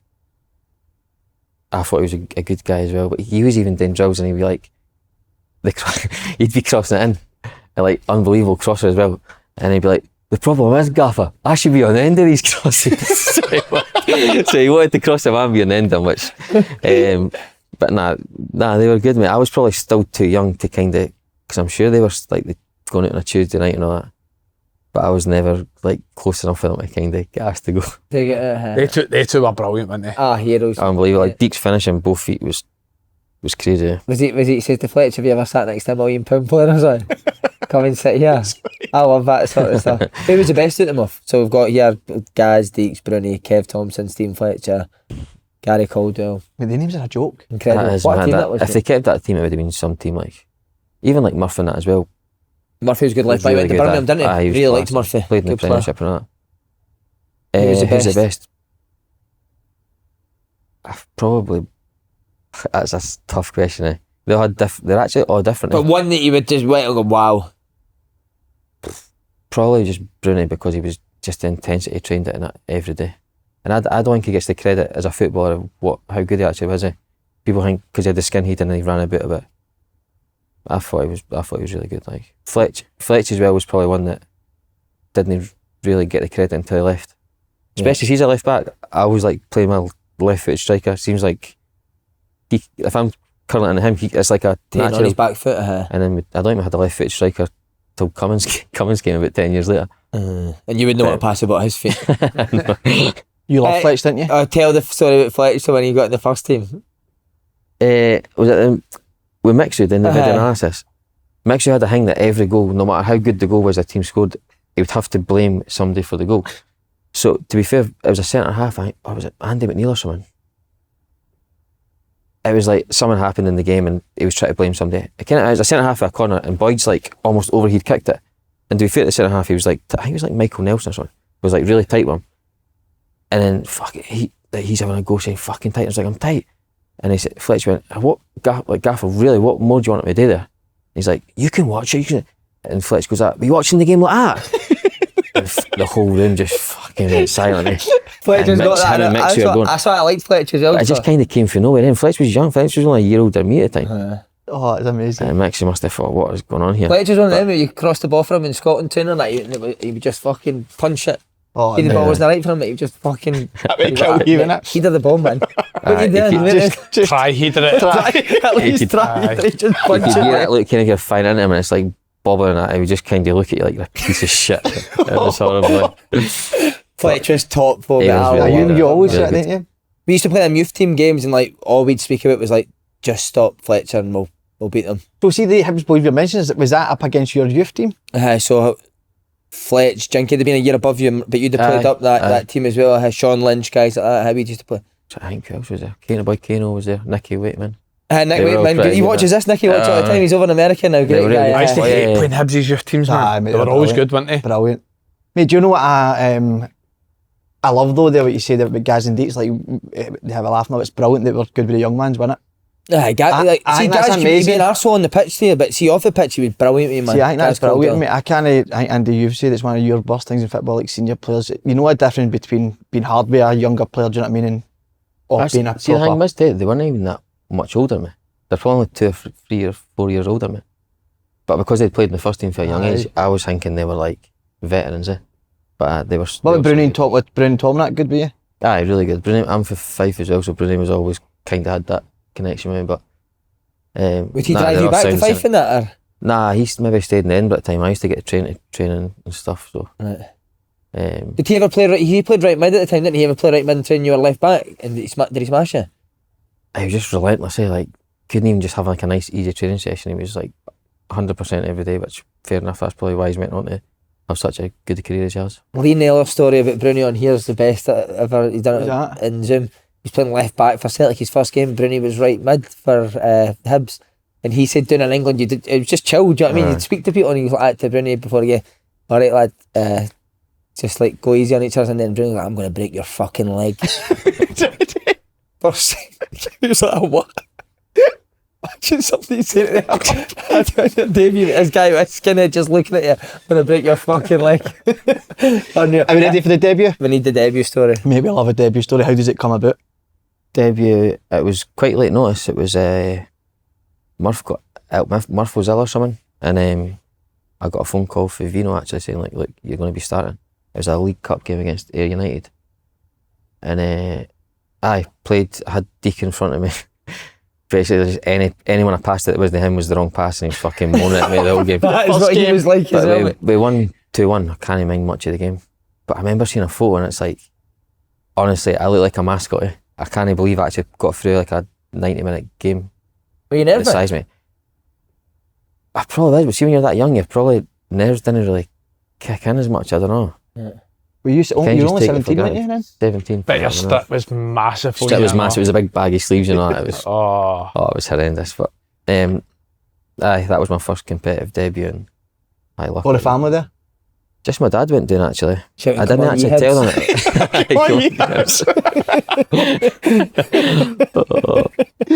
Oh, brilliant, mate. I'm Deeks not was just- like that. So, you know, passing the ball, he'd be baffled like, why are you passing it him? He's shite. Pass it to... That's what he'd be like, Aye, wasn't But it? surely for your first game, he's no. That's brilliant. His first game, and he's still saying that, innit? Aye, no, he still does it all the time, mate. So did you see before your debut? Did you have like a run on the bench or no subs appearing? Nothing. No squads. Maybe squads, and I was maybe in a couple of squads and that, but I can't even mind being on the bench or anything. No. Do you remember like shitting yourself or do you feel alright?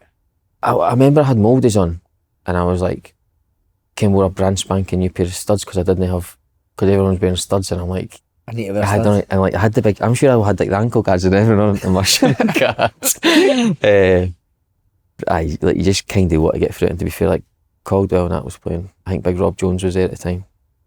He kind of taught me through it, and obviously every goal kick and that was getting put to Pinged me. on And Big your Rob head. was kind of. Do you remember who the right winger was?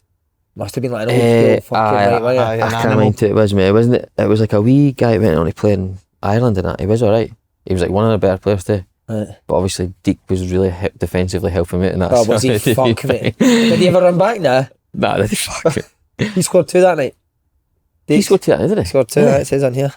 Fucking hell. Bit 2 of assists. research for you. Wouldn't he be assisting No, me? no, is it? And then Mowbray goes. Who did Mowbray go to? West Brom? He went to West Brom. West Brom, Were you gutted when that happens? I was a wee bit, aye, because I owed him a lot. He gave me my debut, and he was brand new to me. Like, Who was his first team coach at the time? Because he had a couple, was it Eh. Vino and... boy, Mark Proctor as well was there. Oh, Mark Proctor, Proctor, that's yeah. right. That was He his gave first. me my debut. You Did he? Yeah, for Mine does Liverpool. as well. I thought he was really good. Like, Aye, he was good. nice guy as well. So he kind of took charge for a wee while, and I think he went for the job. So there was talk of him getting the job, and then John Collins. And When did you first hear John Collins was close to getting the job? I don't know. It wasn't as much like media and coverage and stuff as probably. I think like Twitter that wasn't there. So the rumours weren't really. I don't know. I think it was just kind of turned up on their BBC News or something. Were you buzzing when he was appointed? Big name, wasn't he? Big name, Was aye, it like a big massive name, and obviously I'd watched them playing for Scotland. So aye, it was a big name and probably pretty daunting. We always, I know I asked this to every guest, but can you remember his first team talk? When he first comes in?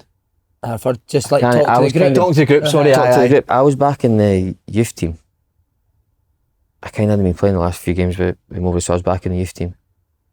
And he came to watch a reserve game. And I actually played pretty well, and that was when he said, look, just move your stuff through and go back in the first team, change it. Did he? So that was after one game. But he did do that thing where he took the youth team through, and he's like, this is kind of what you need to get like. Wait, so And he wait, was so you're all sitting in the youth team dressing room. He comes in. Would the he youth team- take his the youth top team- off? I Or just lift his I top can't up? remember how it went, but he was an unbelievable Nicky, and he was like, because see back then you didn't eat well, you didn't like. No. So see, to be fair, he was trying to make us better, and he was an unbelievable Nicky. Basically said like this is why I got to the top. I made sacrifices, and basically look at the shape I'm in. Like, look at me. Was Look at me. were the trousers off as well? Just the top? Nah. I don't even know if it is. I can't remember his top off or anything. And then he done the body fats. He done your Started sweet doing- teeth. No, When did the body fats start? That was he brought a guy in called Roger. He's a French guy. Roger. I think his name was Roger, but it was Roger. He was kind of strict on the eating and body fats all the time, and like that was when kind of gym started becoming more important for everyone. And he was pretty relentless. Even like young boys would have to run after training and stuff like that. So it was. Is that true? He used to do, you know this about him? Every time you watch a TV programme, anytime there's adverts, he does sit-ups. He did say that, and press-ups and sit-ups in every advert. Every advert? Every advert. Imagine, so if you're watching the TV for 6 hours a night, you're fucked. You'd be absolutely fucked, wouldn't you? See, even then, he still played, and he was unbelievable. Was he? Like training, I thought he was really good. But like boys would like, Pie he would smasher. smash boys, and boys would smash him. It was just awkward to watch it. I love that. Yeah. But see, we do slag it, but it probably is like what Scottish football needs now. Yeah, well back Somebody then, come in and get. But I think it's a people way of proper doing it. If you're taking the nick. tap Aye, off, obviously, do you know what I mean? I don't know if that was true about the top off thing. Like I really like him, so I don't know what. No, But but you're sticking up for him. I saying was it's sticking good, up. I thought it was aye. really good. And like what he was trying to tell us was trying to benefit us. Mhm. But I see if you're an older player and somebody's coming in and telling you to change everything you've done the last 15 years, just scrap it and start again, and you're not going to do it. I know, but if you want to be successful, you need to get the mindset right. Aye. I need to change now. Aye. So was it true that you would get taken in his office and he would watch you get your body fit? Aye, he would do that. And he would sit sucking a nice lolly. But he would say like, Kenny was like, I seen you putting butter. See, once you put the butter and the cheese on, do you know how much calories that is? And I'm like, fuck. So he was proper right in it. But nah, he was really good to me, and I think he kind of seen he was quite small, left-footed, and he started playing midfield as well. So he was trying to push me on. So he took a shine to you yesterday. Aye. Mate, I know I was speaking about the time, but the cows just saying like you would monitor why did you eat that bit of cheese? Why did you eat that? And the difference it makes to your game for is fucking incredible. For that was probably when I started. Do you feel that at the time? Aye, like even back then, even when I was younger, I probably drunk too much. I probably didn't eat right.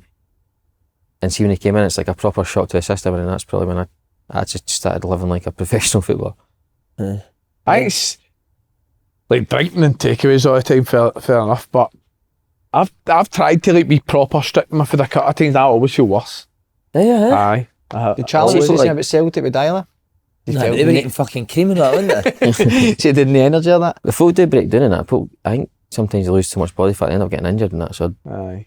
Doesn't work for everyone. Everything in moderation, that. So could you tell so he liked you straight away, or you've seen that about because I played quite well in that reserve game, I can't remember what it was, but that was when like it was proper reserve games we played at Easter Road, and they were actually a decent standard. Then after that he was like, I'm going to give you a wee run in the first team. At centre mid? Straight into centre mid or left back? I was kind of left back at the start and then pushed me forward after that. But you remember that League Cup final? Kilmarnock 5-1. Mate, you were a joke that day. You must have been quite young then, no? Can't remember what age I was. You never watched it, I did. I fucking, you were outstanding that day. It was just one of the games kind of everything was like coming off. But see, at the time I was playing midfield, and see sometimes people watch a midfielder and like they're dribbling with the ball and that, thinking he's brilliant, but it's probably because I didn't really know what I was doing. Do you know what I mean? Like a centre mid wouldn't, shouldn't be trying to dribble through the middle of the pitch. But I probably just got shot, and you're just a bit like, fuck, the first thing you think to is just kind of, and everyone was kind of coming off, and I still think I shouldn't have been man. Like Fletch scored 2, Benji scored 2, but I think it was Chick Young or someone gave me man of the match. Chick Young. So it stuck with me for ages. Then it was like people always remember it. I think people thought I was going to kick on and be this like unbelievable player. Which do you not think that at the time? Nah, I was always quite real. Like I thought I was alright. I thought I'd maybe have a decent career at that time. Like I thought I was good enough to play, but I never thought I would have like kicked on and had a decent move. I remember like I started meeting like agents and that, and I was like, got big plans for you and all that. And I was like, this guy's got me all wrong here. This isn't happening. But even like I just. But Jake, have you never had that mindset and you did think, no, I will be that, then it would have happened? Because there's boys that have made it, and I've seen you as a kid, and I've seen them that they were no better than you. But I don't know. Like as I said, I'm happy with the career I've had, and it could have been a lot worse than what it was. That just shows you how important mentality is, son. Like you think like that, whereas other boys, like John McGinn, for example, he'd have thought, no, I'm going to the fucking top here, wouldn't he? Best when you play like that in a cup final. Exactly, like I mean, that 17. you think like, I'm ready to go again. How old were you in that League Cup final as well? To be fair, I was 19, so it wasn't as young as kind of what, like, because I hadn't played that many games, but I was 19, just turned 19. I think that was young back then though. 19 was especially young for like a League first, Cup final, aye. Like you say, mate, especially getting into a team that had these sort of players in it as well. Aye. To be fair, the gaffer, John Collins showed, I wasn't actually playing that much. I had been took off at like half time. Like you got taken off at half time once? Like about 3 games in a row, honestly, it was so bad. I actually got took off at 30 minutes against Celtic as well. No and I was in the shower, like proper crying, and Gordon Marshall was like, you'll be fine. So that was like, honestly, that's how kind of low and it just changes it. Who did Collins drag you at 30? It was a tactical change, but I was having a bit of a beast, and Hibs, we ended up drawing the game or winning the game, so it was fair play. But he actually brought folk in on Monday and was like, look, just the attitude of Lewis, like coming off, no throat, like I'm having a huff for that, because I kind of came off like buzzing. Get me off that pitch, man. Would Colin speak to me after the game? No, he didn't say anything after the game, but he kind of had a meeting like just before training, said like just it was almost like a round of applause or something. It was pure cringy, but I kind of just sit in the voice like, well done and all that. Mate, I'd lose my head if I get took off that early. 3 times in a row, would you? I remember getting taken off like at as in Walsall at confidence half time, wise, mate, and thinking my career's done. It's a shock. That's how bad you took it, getting taken off at half time there. I got took off at half time as well in my debut for Bradford. No way. And it was because I played a square pass. Phil Pattinson says, you'll not play until you learn we don't do that here. Did you give him a bit back? No. Surprised you there, wee man. And I'd have been. I wouldn't answer fucking every manager back. No, but I mean getting dragged at half. Getting dragged at half time's up there for me, man. It's kind of. I do think. Basically saying the full first half's your fucking fault. Aye. Maybe we're 2-0 up as well. What's the worst part about it? 2-0 up. And he took you off.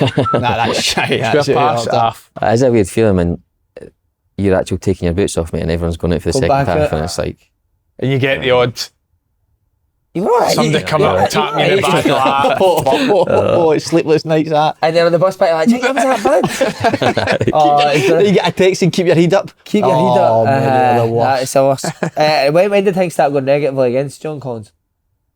well, there was a big, what would you call it, like a revolt thing that I wasn't revolt. That was, I wasn't involved in. Like honestly, we were oblivious to it. Me, like Kev McCann, who was kind of coming through that time, Ross Campbell. We never really got. I think they had a meeting at like the chairman's house now, so it was. Did you go? No, we didn't have a clue about it till it all came out after, and it was a shame. Like I felt bad for the gaffer. These things didn't really happen. We weren't even doing that bad. We were like had a decent run in the cup, we were a decent league position. It was just the way that the players thought that he was treating them and stuff. And what was it? What do you think their main problem was? Was it the diet? I don't know. Do you know what it was? I think spoke to them. see if you're an older player and the young, he was playing the young boys. Maybe they didn't think that the young boys deserved a chance to play. Right. I think it was maybe a wee bit of that. But as you said, honestly, we didn't have a clue. And I came out and felt like, obviously, like, what was that meeting like? I was like, well, I wasn't there. I didn't have a clue about it. But I thought it was shit for like the chairman and that to actually let it go ahead. So if they stuck with John Collins, would have done well eventually. Not eventually, because he done well, but it's hard to say. It's like, I don't know who came in after that. Was it Mixu maybe after that? I think it maybe was Big Mix. Did you ever see any of the boys seen Yogi. training that? Did any of the boys sort of heat to heat with him, arguing? There's a few that said he trained. He would train with us sometimes, and he'd be smashing boys. They'd be smashing him. It was a kind of, looking back now, it's a weird kind of position to be in. That's amazing, isn't it? But I think when boys are smashing him, I think that's when you're like, But if you're a manager and you're joining and you're asking to be smashed now. but you wouldn't though, would you? Like if your manager was saying, you wouldn't try and smash a man. If you didn't like him. Maybe try and smash him, aye. Who'd it be, Bruni and Tom? Aye, but Satisfaction. I think Bruni didn't mind him. I don't know, maybe not, but they would smash each other. Tom would smash each other, like Mikey Stewart. And see, to be fair to Mikey Stewart was, he's a training player, was one of the best training players I've ever been with. Was he? Aye, he was unbelievable. What was he good at? Passing the ball? Just everything, he was like a big box-to-box centre mid, but just really good, like almost Why like a did you Bruni state type training player though? Because I Usually if somebody think says maybe, that. I think maybe he was a better player than what he maybe showed in People game. said. Aye. You fucking hammer me for saying that, but No, you're not. it's a compliment. As a compliment, I thought he was really good. I actually thought he should have went on and probably have a better career than what he did. What was he like on the train? Because people obviously have said in here before he gets so angry. Aye, he even got like half time he would be sick and all that. I think just because he was so like Worked up and that. But he was hard on me, but he was good to me as well. Like he could speak to you off the pitch and he was brand new, but on the training pitch he was another like scary guy, like What did he just say? to you? relentless. Just kind of like scream like, "What the fuck are you doing?" Like, but not even just say it, but it's proper scream at it, and it's like, fucking hell, I'm not meaning to give the ball away. See that, mate? What the fuck are you doing? It's genuinely, you do that. And because it's so loud, everyone hears it, and it's like, it makes you feel shit. No. Remember Bruni's interview about the meeting at Rod Petrie's house? Mate, you need to watch Was it that. like the one word? He was just I like, don't aye. Oh, aye, yeah, that's it. Bro. Oh, mate, you need to watch this. It's fucking genius, man. You need to watch it. That was when boys were then like handing in transfer requests on like scrap bit of paper and that, and they're talking about, and I don't know. Who was doing that? Writing cock and Can't balls on remember, it. Like, transfer request, cock and balls. Yeah, it was a mad thing. Like just for the fact that we're actually doing all right in the league, it was mad thing how that was going on. I know, when you're doing quite well as well, it's strange, isn't it? And then that came to an end of an era, a number of players leaving the club, and then mix it was John Hughes, Colin Codwood, Pat Finland. Who's your favourite of they four? Honestly, I got on with most of the managers. I didn't. Like Caldwell, I can't really remember much what we'd done. I don't think he was there for that long. Yogi was obviously a good guy. like it's hard to kind of distinguish it. It's been that long. I've had that many managers. It's hard to actually remember what we've done. But what about the Pat Fenlon? Was it guys and him that did it? Was it the final you got battered for Hearts? Nah, I think it was more Sparky, but it was weird. It was Who's like Sparky? Leigh Griffiths? Leigh Griffiths, aye. So it was him and Gary O'Connor and Griffiths up tough, which on paper sounds like unbelievable. Gaz was almost coming to the end of his career, and God, like it just meant so much to them too. And it was, I don't know, we had been struggling that whole season, and we kind of thought we've got a chance here because Hearts weren't great either, and that was the worst feeling that you can possibly get in football. Like, is that your lowest moment at Hibs? aye, that was probably lower than getting relegated. What was that? Just the fact that there was so much buzz about it and like so much expectation. Like see for the high of what could have been to the low of what actually happened, it was like some change. How did you just got beat that heavily? We got a man sent off just at the start of the second half. We kind of weren't playing well. We scored, I think Jazza scored maybe just before half time to go on 2-1, which was probably a false sense of like how actually the game was going. Then the wee left back, Pat Kujabi, got sent off. And then it was just, see, the only saving grace is I genuinely think Hearts could have went on and beat us more that game, aye. But What was the dressing room like after that with people going nuts? The boys that, you could tell there was boys that proper cared and boys that were here on loan that were back down the road, and it was like the boy Matt Docherty played, who's went on to have an unbelievable career, played for like Wales, Tottenham, Atletico Madrid. He played that game and like the boy dragged, but see if you're a young boy on loan somewhere, you could see why maybe it doesn't mean as much to somebody as it does to people who are... Was you going away again? Stuck in Edinburgh for the next year was a nightmare. Like, what is it? What is that? You couldn't. It was just like see going to there? shops and that. It wasn't even like Hearts fans. It was more Hibs fans that were just, you're like shitting their shoe, mate. The way that like I could see it too. It was just like, unacceptable performance, and it was a horrible horrible time. See how you said about yourself, like, you can never see yourself going and being having a big career. And could you see Matt Docherty in it? He had things that were obviously good, but I didn't think he was going to be as good as what he went on to. Like, that's an unbelievable career. Hey, he's played Atletico Madrid, hasn't he? Aye. Spurs as well. Fair play to him. Like he scored a lot of goals one year with Wolves and kicked on again for that. Yeah, bastard. So even all this time, have you never been close to leaving Hibs the full time you were there, even through all that? No, really. There was a spell where I was getting like 1 year deals, and I was like, kind of started off like maybe January I was getting another year. I was like, phew. Then it was like February, and then it was getting to May. I was like, phew. And then they'd offer me later and later, which was, it was a bit of a nightmare. But I was never probably doing well enough to get a better move, if you know what I mean. It was always kind of sideways moves, and if Hibs offered me something, I was always going to stay there.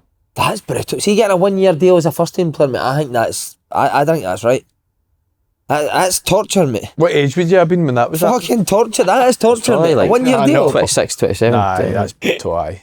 See, as soon as you pick up an injury, mate, your fucking head's fried, man. There's a few contracts that I signed where it was like, play 30 league games, start 30 league games, and you get another contract. I was like, There's only 38 league games. There's only 38 league games, aye.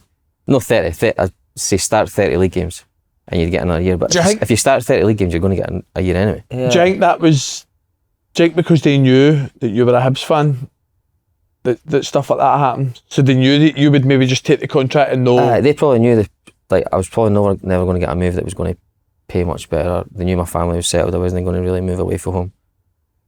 But it was maybe a bit of both. Like, there's been times where maybe I didn't deserve a contract and Hibs gave me a contract, so it's probably worked both ways, to be fair. Think if you got a longer contract that brought out more in you as a football player? Because see when you're constantly playing with that money... The years I had the 1 year deals, I probably was playing some of my best football. I don't know if you're almost playing for a contract, aye. And even sometimes I thought the pressure's off, like I'm leaving, I might be leaving in the summer anyway, so. Need to ask about a few characters. Graham Stack. He was he was the hardest guy I've ever played with, like him a big Darren McGregor. Oh, but Stack used to say 10-0. I was like, what do you mean, like 10-0 on George Street, 10 knockouts? When he was in Edinburgh? Edinburgh, aye. But he was a madman, like. Did he know Paul Yogi up in a pre-match? Was he goalie? He was a goalie, aye. It was a mad time. We had like four, like Macalambi, Stacky, Graham Smith, Mark Brown. Like, we had a team of goalies, eh?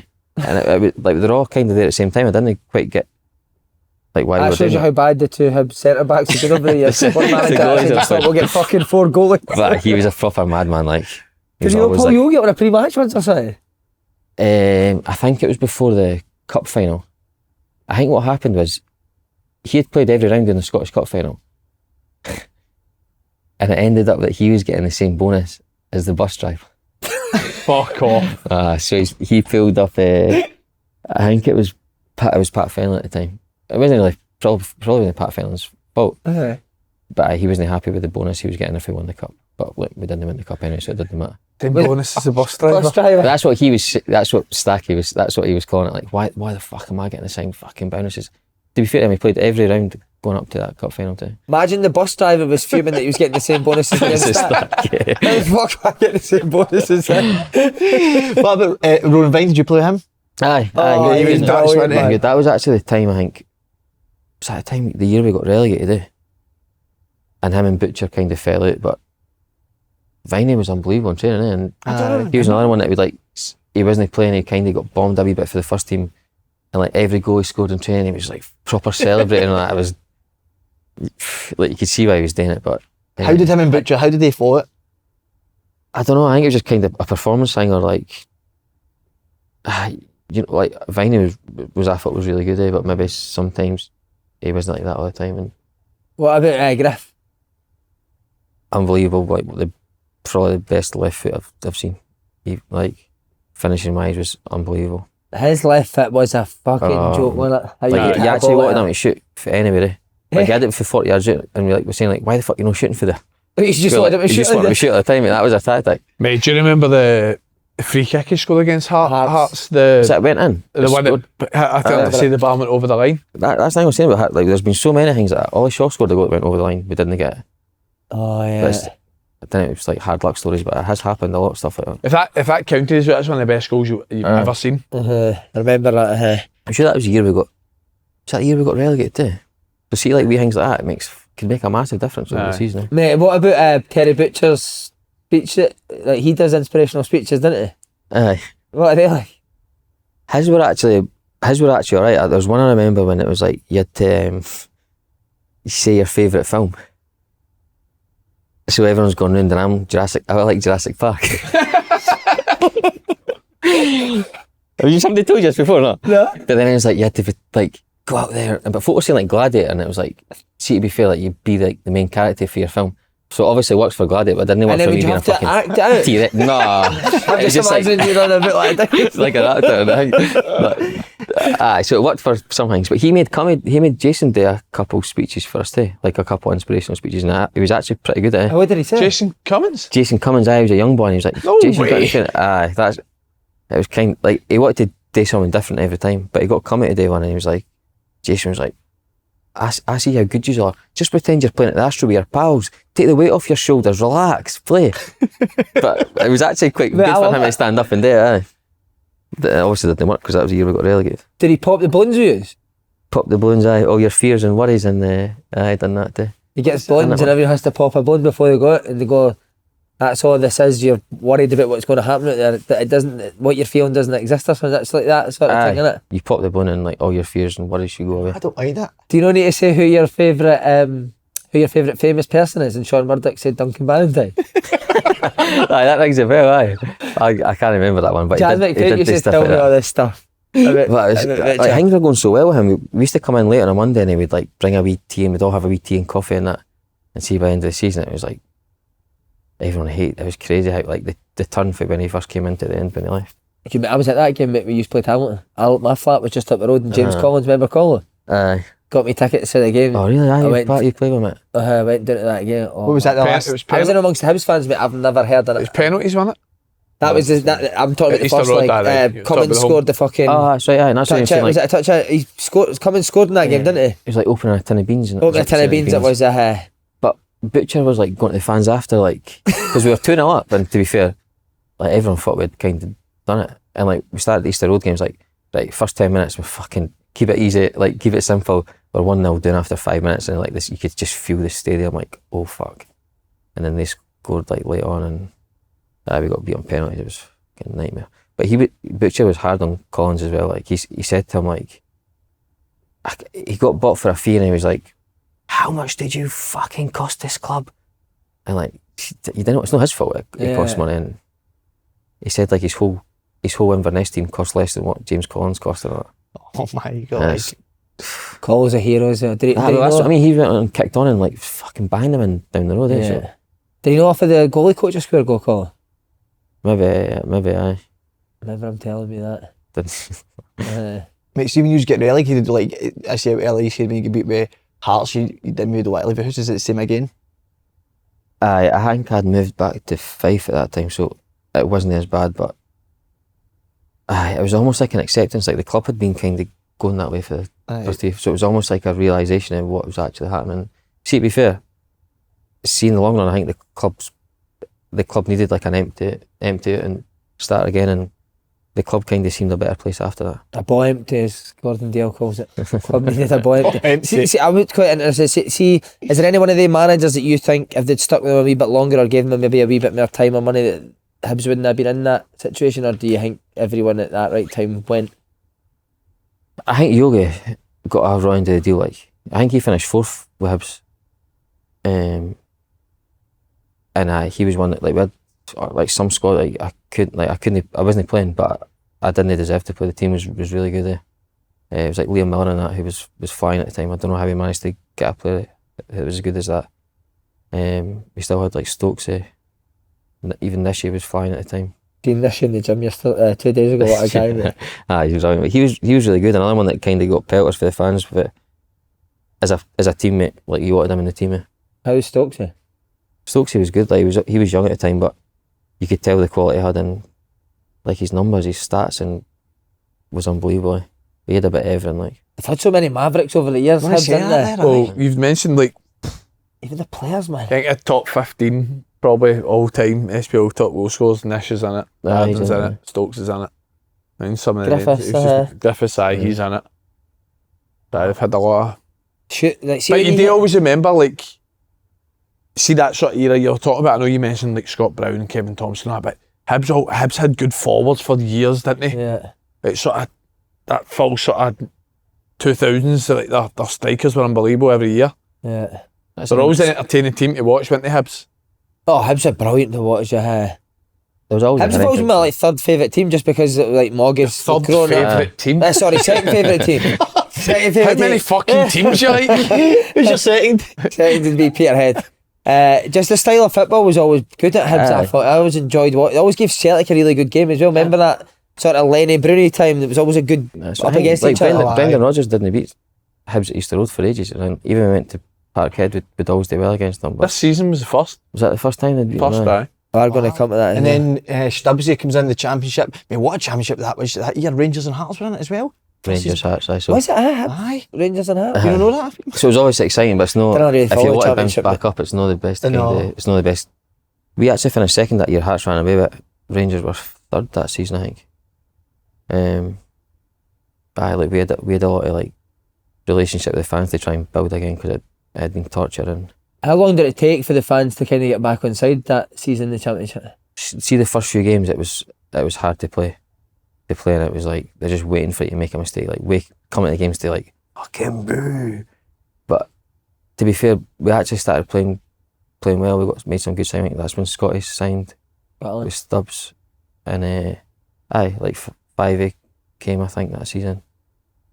So we started like gathering a good team, and things kicked on a bit for them. Sorry, Sorry, man, you go. Was Stubbsy good? Stubbsy was good, and like man management was really good. We all got on really well with him. I think like most games, like there's still like loads of part time. There's a big difference, like Rangers, Hearts, Hibs, but there's still like 3 part time teams in that. Who was that? Alloa, Alloa, Cowden Beef were in it. Cowden Beef. Greg Stewart in it? Nah, he just left. Cowden Aye, Beef, so it was a strange kind of league that like you'd go for a hard game to like a game that you should be winning.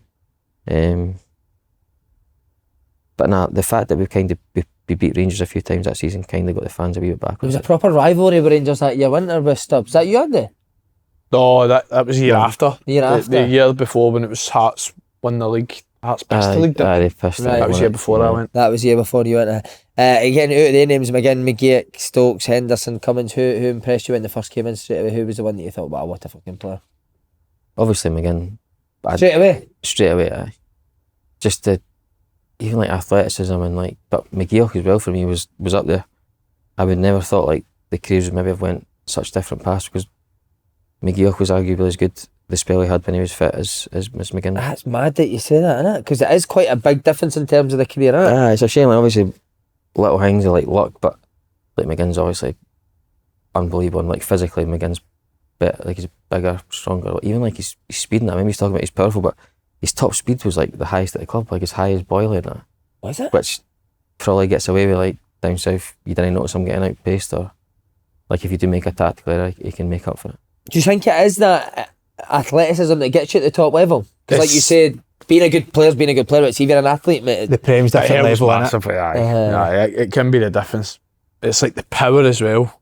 I think anyone that's ever played against John or trained with him, like it was, and you talk about his arse, but like it was such an asset to him. Just as soon as he got his body in to protect the ball, to knock you off the ball, he was a strong boy, wasn't he? But like Dylan, I always remember, like obviously the year after when we played against the Hibs teams, still kind of spoke about it, and it was like 5A, Dylan, McGinn and Scotty Allen. That's like a box midfield. Brilliant. That's a joke here midfield. That is really good, And Dylan was very good, aye. Mad, innit? Because Like, Paul McGinn's got actual nerves. He's the arse, mate. He took the full arse off the wall. McGinn's took his arse off him, mate. He's the arse off you now. You can hear my teeth. That's terrible. That is terrible. So when we're talking about McGinn, did you think you could hit the heights that he's hit? It's hard to say that he would go on to like play Champions League and stuff like that, but I did think he was going to go on and have a great career. And he's one of these boys that you actually wanted to do well to, so it made it better. Like, Is he a top we're man? all like proper McGinn fans wherever he went. Aye, brilliant. I don't know, his whole family, the whole family, like Mary and the dad and that as well, were sound designing, so it was quite a nice group of like off field as well as on Funny field. how he knows the man's name and know the dad's I too. didn't like that there. Actually, the dad's names went blank. Actually, that's terrible. Mr. McGinn. Have you took your boy down to Villa? Is he? Nah, I've not actually took him down. Doesn't like that much, does he? It's quite far to get there. But I'm sure, like John will get pestered all the time. I'm sure if I asked him, he would sort me out for tickets. I hope.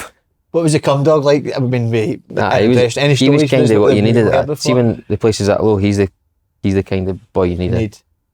He's another one. I absolutely loved him. Like as a person, he kind of kept the spirits up. And any stories that, because we have heard a lot, but any ones maybe we've no. do you know what? See, with Cummings, see if there's a story like everyone would know it. So it's probably like That Grado video was legendary, wasn't it? That was amazing. that was good. Lenny was buzzing, wasn't he? Lenny was it? Oh, that was proper off the cuff too. Like we were just having lunch or something, and he's went and got dressed up, and then they've just went away and done it. That was mental. Like, would Cummings never be nervous for a game? See what you saying, stand up and speaking in that? Was he always like the only time I ever sure seen him, himself? the only time I ever seen him nervous was mind that game when we dinked the penalty over the bar. Dundee United, and then we went to penalties after it, and it was his turn for the penalty, and I've his wee lip kind of goes, and I was like, "Is it me to go next?" Steve, I was like, "Fuck, just go and hit it, mate, it'll be fine." And then that was the only time I'd ever seen him like a wee nervous streaker.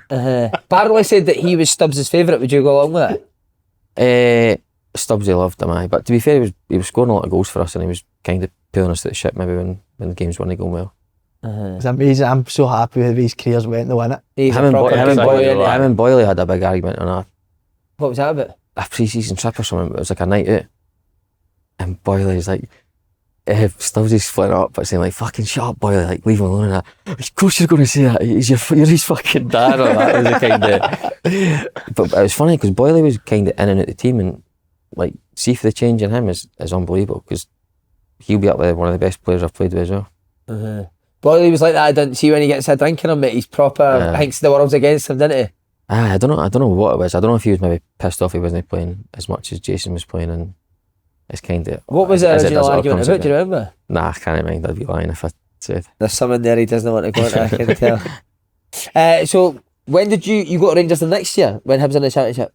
Aye. Right. And then is that when the rivalry starts? Is it over Scott Allen? Am I right in saying this? Potentially. Rings a That's bell, in Scotty, that summer, aye. So what happened? Rangers bid for Scotty. Am I right in saying that? Aye, Rangers were trying to get Scotty. I think they'd made like 2 or 3 bids, didn't they?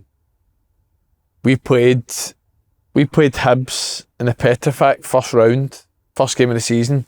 I'll never forget Scotty saying to me, "I'll see you on Monday." As if like he sort of said, come to the dressing room. We went out that night. Fucking about 4 days later, he's got a Celtic scarf on my face. Fucking And you mental. turned nothing for him in between that? No, like, no so much with him. I kind of just left him to it, but we've got the same agent, so I'd heard wee bits and bobs for the agent. But I think it just got to the point where Hibs were just saying, like, listen, we're no selling Scotty to Rangers while we are competing. Did you see when your agent maybe said he's maybe going to go set? Did you ever mess him? Going, No, you can't go the there? only thing I remember was my agent saying that Celtic have came in and he says that obviously he wants to go to Rangers, but he says he's going to go and have a chat with them. And I'll never forget me saying to my agent, he goes to chat with Celtic, he's signing for them. I remember saying that because Scotty's a Rangers fan, but he's no like, I think like myself, he's not a die-hard Rangers fan, like he didn't go to the games or whatnot, and I just felt he wants out of Hibs. Hibs are making it difficult for him. They're no selling him to Rangers. He's going to go meet Celtic. He's going to see the facility. He's going to speak to the manager. The money he's going to get offered, he's signing. And sure enough, obviously, he did. So Hibs obviously won the Celtic Rangers purely because they were in the same league. I think that was mostly Stubbs was doing, to be fair. Right. He said, like, I'm going to leave. Oh, Peach, if it was 500 quid, Oh, Peter he would have taken it, wouldn't it? Regardless of who it was. But that was fair play by Stubbs. He didn't want him going to Rangers just for the fact he didn't want him playing against us. Would you speak about in the dressing room with Scotty, like what's happening? A wee bit. We probably would, but it was probably the same thing. Like, he was probably at the time where he was trying to get away, or like it's hard for somebody if a Ranger or Celtic comes in for you. You're most of the time you're going to go. So it was tough for him, and him and Stubbs had a good relationship, and it obviously kind of fell out a wee bit over it. And but nah, fair play to Stubbs. Like, he could easily just went, fair enough. Like, but he said, nah. If Scotty goes, then I'll go. Again, it's mad how Scotty's career went as well, because he was so good that period for Hibs, wasn't it? And obviously now, know that he's not had a good career, but he's playing with Killie Hearts. Do you know what I mean? The Celtic move was just, it just didn't work, did it? He didn't get enough game time, or it was under dial, I'm sure. And maybe it was the wrong move. It's hard to turn that down, obviously, but I don't know, maybe just wasn't the right move for him at the time. Yeah. The year before, as in footballing wise, the year before that season when it was Hibs, Rangers and Hearts in the league, Scotty was on fire that season. incredible, wasn't Yeah, it? the world. So would he been just as important to you as McGinn and that McGeouch? season he was really good. Like, I think was he there the year we got promoted as well? But those seasons and the season I lose track, but the season he came in with Lennon as well, he was unbelievable. Mate, he had the through ball on lockdown, didn't Oh he? my God. It was Yeah. funny because Turn I and seen then his that game through kind of ball. change, because see when he first came in, he was like a dribbler, like dribbling the ball. He was really powerful. I used to almost kind of say he was like a Gascoigne kind of midfield, like power past people. But see 1v1, mate, if he's running it, it's very hard to get off him. Mate, very quick. Is he? And then He was quick, aye. game kind of changed, and he turned into more a passer and that as well. But am I right in saying that Boyley was perfect for him? You know, just half turn and put Boyley in the space. He was unbelievable at that, wasn't he? The season we were in the playoffs, Boyley got injured against Falkirk, and that kind of, I'm sure if Boyley stayed fit, we would have went up that season. Right. So see, when this happening, could you feel like straight away in the games that you played that there was a bit of needle, because it did transfer onto the pitch, didn't it? I don't think because of Scotty, no. I just think it was because it was Both for it. between us two for the league. Do you know what I mean? And then obviously end up us two in the Scottish Cup final as well. You will not remember it, but don't know if you remember, like, some of the games were unbelievable, like quality wise, scoreline wise, like 6-2, 4-2, 3-2, 2 each.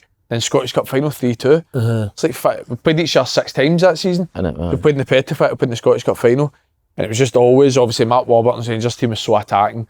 Stubbs' Hibs team was so attacking, so they were always unbelievable I think games. they two teams, if they're in the Premier League, would have finished top 6 easy. Like That those year, two seasons. Easy. Would Stubbs was he a tactical manager, Stubbs, or was it a case of just getting players on the pitch? Nah, I and was letting probably trying to like keep people happy, and see most of as I said, most of the games were like games were a low block, and he kind of said like, this is what they'll do. We just get the ball centre half, put it over the centre back. That's what they're going to do. So just deal with that, and then he would. Just there's maybe like wee things in games that he thought maybe weaknesses in their team that we'd try and, but no. They played the box. Tactical. The box Stubbs' midfield. Hibs team, they played the box midfield, aye. And who would the 4 have been? Bivey, McGeouch, McGinn and Stanton, I want to say. Sam Stanton. That may played a wee bit. Sammy was there for a wee bit. I think who Maybe else would have Big been? Marv. Big Marv came in for a wee bit as well. Bartley, aye. And who was You it? wouldn't pass it to Marv, though, would you? Who's just He was a decoy run. Strikers Stokes was and Cummings. Stokes and Cummings. It's a yeah. fucking it? good team. Oh mate, that is some teams. Any clashes on the pitch? With anybody can remember? Don't know that I can think. Nah, not. I don't know when the game we like. Did you play the game? It was like 5-5 at Easter Road, or Aye, that was So, a couple of years after, aye. aye. That was in the SPFL. See, my timeline's so bad because it's like I can't even distinguish that when. Aye, when 5 it's each, been mate. But you that were was proper mad. I played against that team. You were proper tactical. Like Mark Warburton's, how you got used playing was really good. He was all about like positional play, aye. Uh-huh, So like, he wanted passes like of play. a 4-3-3. He would always want his wingers high and wide. But he used to openly tell them, like Barry McKay, like, don't come back, don't track back. Like, used to just stay high. Which again was brilliant when you're scoring 100 goals, but when you're conceding 60.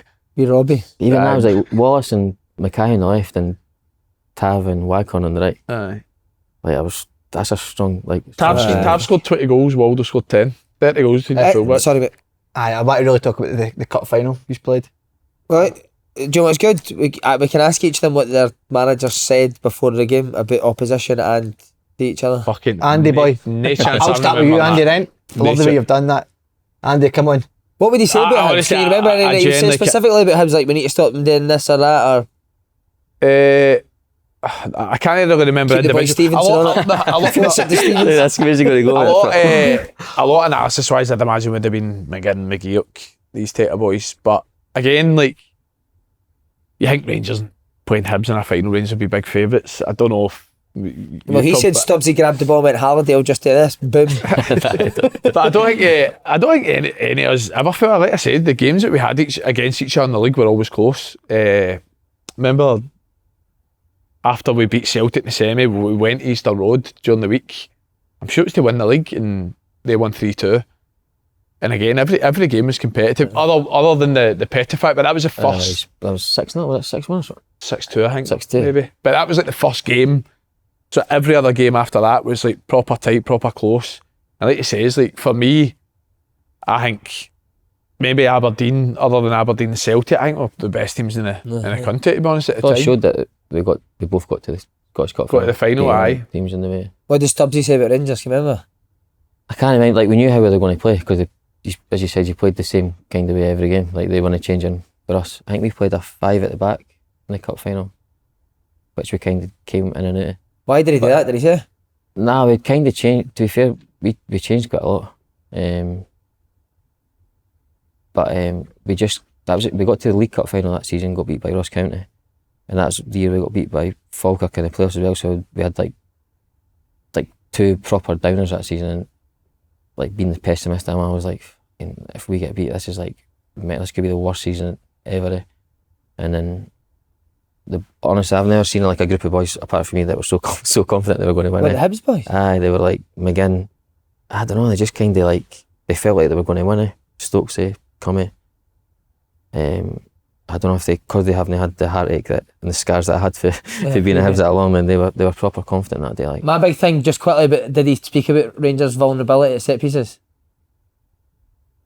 Must have, I because think you were they maybe the did worst that. set piece team. I'm sure maybe that's why they put Henderson on, because Hendo was like the set piece taker. He came on and obviously took the 2 set pieces. And it was, I do remember them saying like the front kind of post area, that was like part of the tactic. Oh. Andy, what was your memories of the actual game itself? I remember Hibs starting by miles a better team. I remember the first 20, 25, even 30 minutes. Hibs just completely dominated it. Again, no using it as an excuse. I know we spoke about it before, but everyone spoke about how, like, you know, Hibs have got the playoff games, so they've got like 6 games in the 3 weeks. But at the same time, we had not one game in a month. So I remember at the time, it was like, we were so flat to start the game and Hibs just battered us. I remember the first 20. I remember Stokes has an unbelievable chance to make it 2-0. And I think Cummings has another good chance to make it 2-0. And then when Kenny equalises, it's out of nothing. Like, we had created nothing up to that stage. And it was just a cross for Tav on the right hand side, and Kenny scores an unbelievable header out of kind of nothing, like I says. Then the second game, I don't really remember too much of the second half. I think it's quite a nothing. That was definitely Stokes' best game, like that whole season. Mate, Stokes was brilliant that day. He hadn't done much, to be fair, that whole season. And I remember the assistant manager used to say, like, "This is gonna be your day, lad. This is your day." It sounded like Tommy Graveston, but it's like that was his thing. He'd say it every game, and then he said it for the cup final. Actually, was his day, mate. It was the best I'd seen of me, and what? I thought he was probably the difference between the 2 teams. Were you thinking the same as Andy first half? Like, we've got him here. Aye, probably the first half, but when Rangers scored, and then like see that's an unbelievable goal, and it probably doesn't get remembered as much because you were on the losing side. But the goal you scored was unbelievable. And see when that went in, I'm fucking. Yeah, Andy's goal. When they went 2-1 up, Uh-huh. and I'm thinking like, here we go again. Talk me through his goal again. I can't remember it. Yeah, I've seen it. I've seen. I watched the game, but I Just took it. It's like a half kind. No, it's like Took it to half turn, like in the pocket, and turning shot straight away, basically. like basically posting in, was it not? Aye. to go 2-1 up. 2-1 up. And at the Rangers side. I think it wasn't that. I think it was relatively late in the game. 2-1. By that season, we were. I'm saying more than 50% of the goals we conceded were corners easily. But I actually remember. So who goes Liam Henderson 2-2? coming Who on. pitched it 2-2? Sorry. Stokes Scores the header. Stokes the first again, header, and then Dave obviously scores the. Right, talk us through how does the corner come about? Can you remember? Akin. Right. The third. Uh-huh. I'm not going to say. Go on, blame No, somebody. because this sounds like a pure blame game, but it's not. But I remember, I think it was Nicky Clark maybe. Somebody loses the ball for our throw in, and Hibs just counter straight away last minute and get a corner. So it looks as if we're getting the last chance of the game in the attacking third. And I remember somebody lose the ball. I think it was Nicky Clark. They countered and got a corner straight away. And see, when we conceded a corner at any game that season, it was like, fucking here we go. Had a bit of panic. We used to go half zone or half man, Martin. We used to have like three zonal markers on the edge of the six and four blockers, Mark Warburton used to call it. So you just to try and impede their run as much as you can and let the three on the edge of the six come and attack it.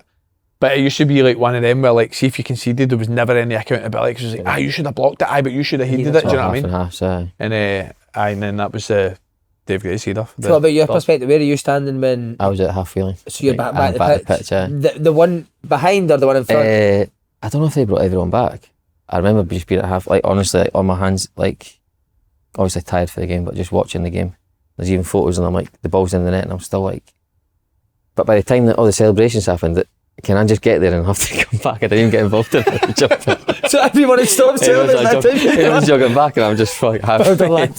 Was that like proper last kick of the ball, that goal? A couple minutes. It's definitely injury time, aye. It felt for me like there's still 10 minutes left. Like I felt like an out of body experience that last 2 minutes of the game. Yeah. And then the final whistle goes, is that the best feeling ever? Or the fans run on, didn't they?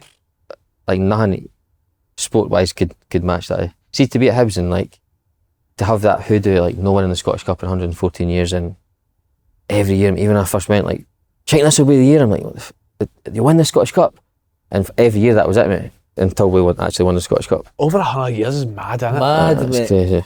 See, if it was a League Cup, you wouldn't be that bothered, but the Scottish Cup's such a... Especially in that manner as well, and in a game like that as well. Aye, like it is like a fair, like for the captain to score in the last minute, the fans running the pitch and that, it was. Were you thinking I've been here for fucking 28 years and how's he the captain? nah, he's a captain. Eh? I'm a follower. He's more a leader. What was the celebrations like, mate? It was good, but honestly, I felt like overwhelmed by it. Did you? I just couldn't believe it actually happened. It was like. Were you crying? Probably, yeah. I think there's a few tears, like, but not just me.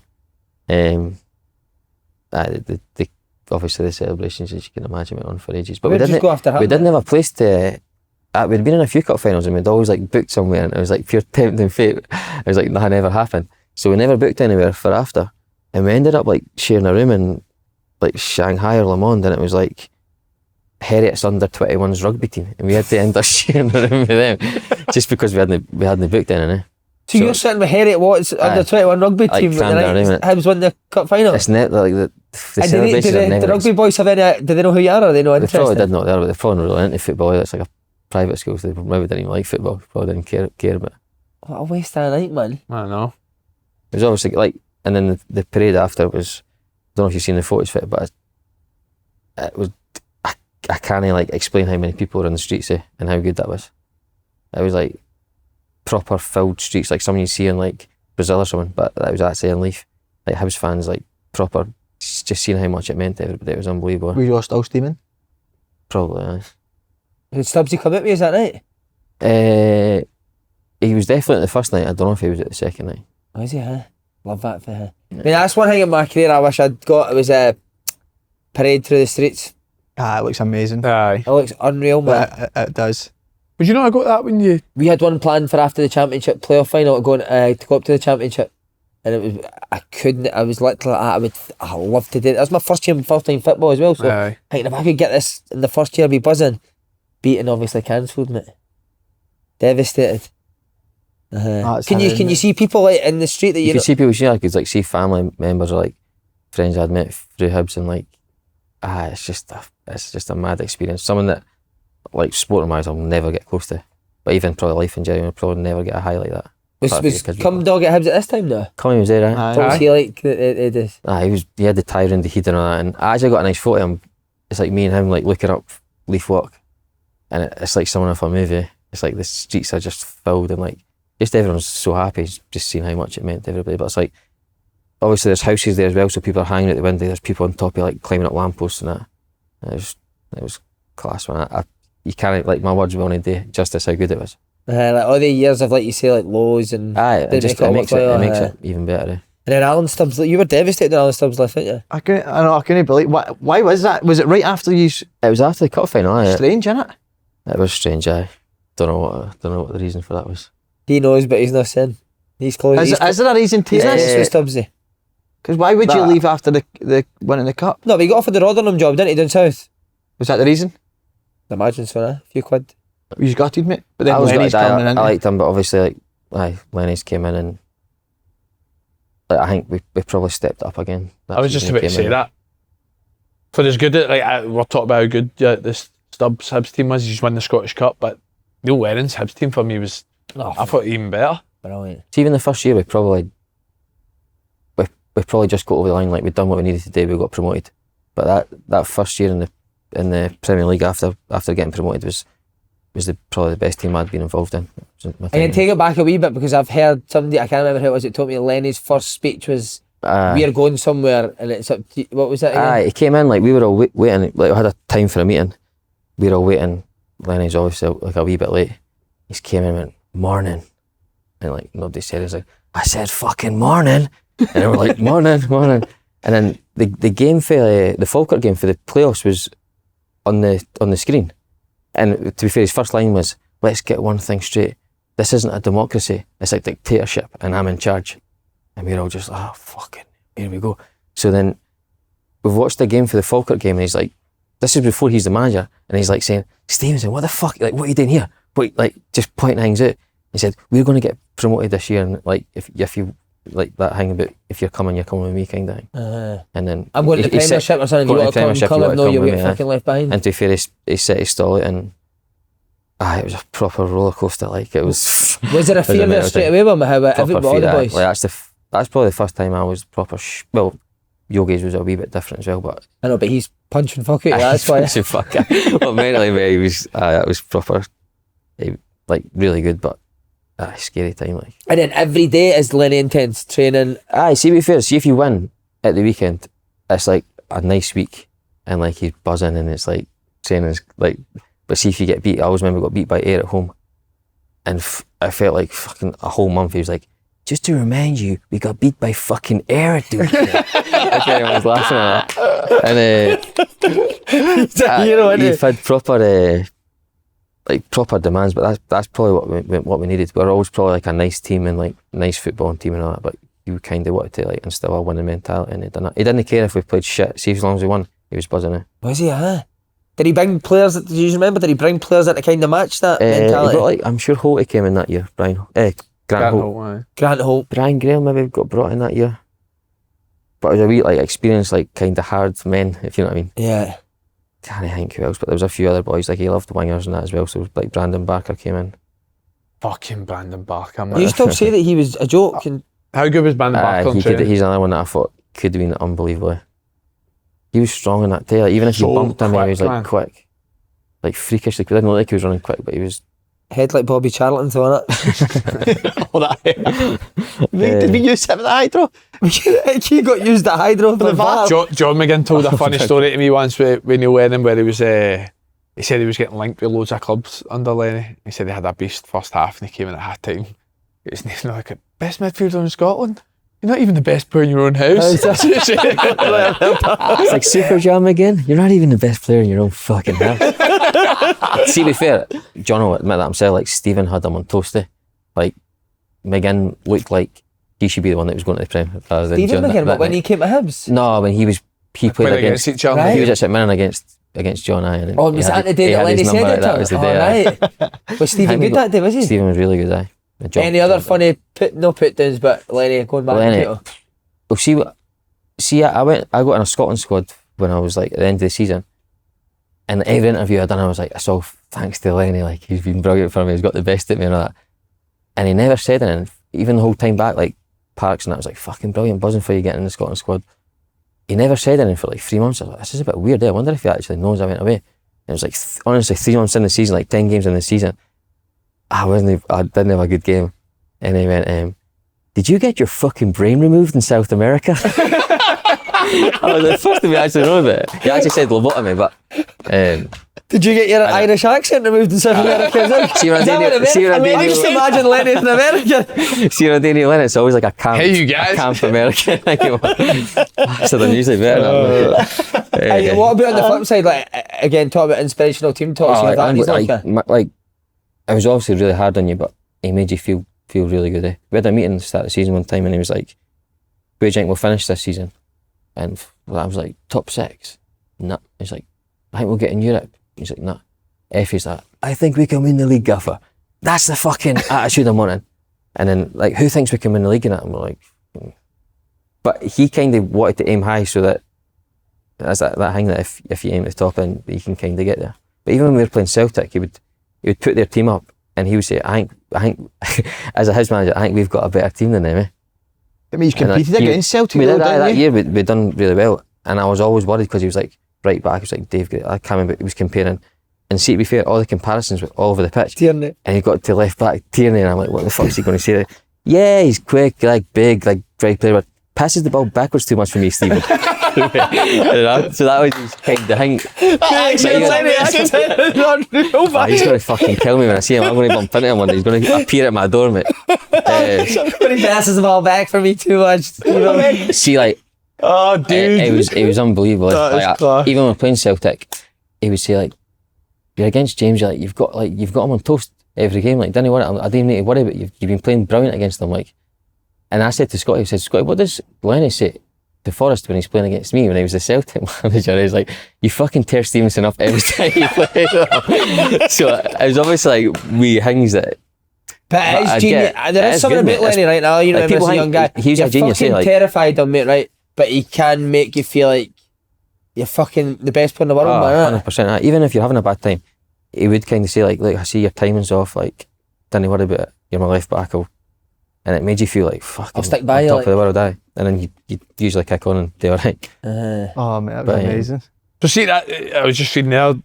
That time you were capped for Scotland on the trip to Mexico and Peru. Was that the same? That was the same trip that Murph was on. Murph was. I was. You remember if you were on the Leith plane? Hey, I was in a room with Murph. So you'd have been in the other plane. I was in the other plane, aye, because I was playing the first game. Right. It was actually a mad story, and it's probably one of my greatest days. That I was supposed to go to Florida with my family, and I actually had to speak to Alex and say, like, "I'm going to Florida, like," and he's like, "That's totally fine, just come for one game."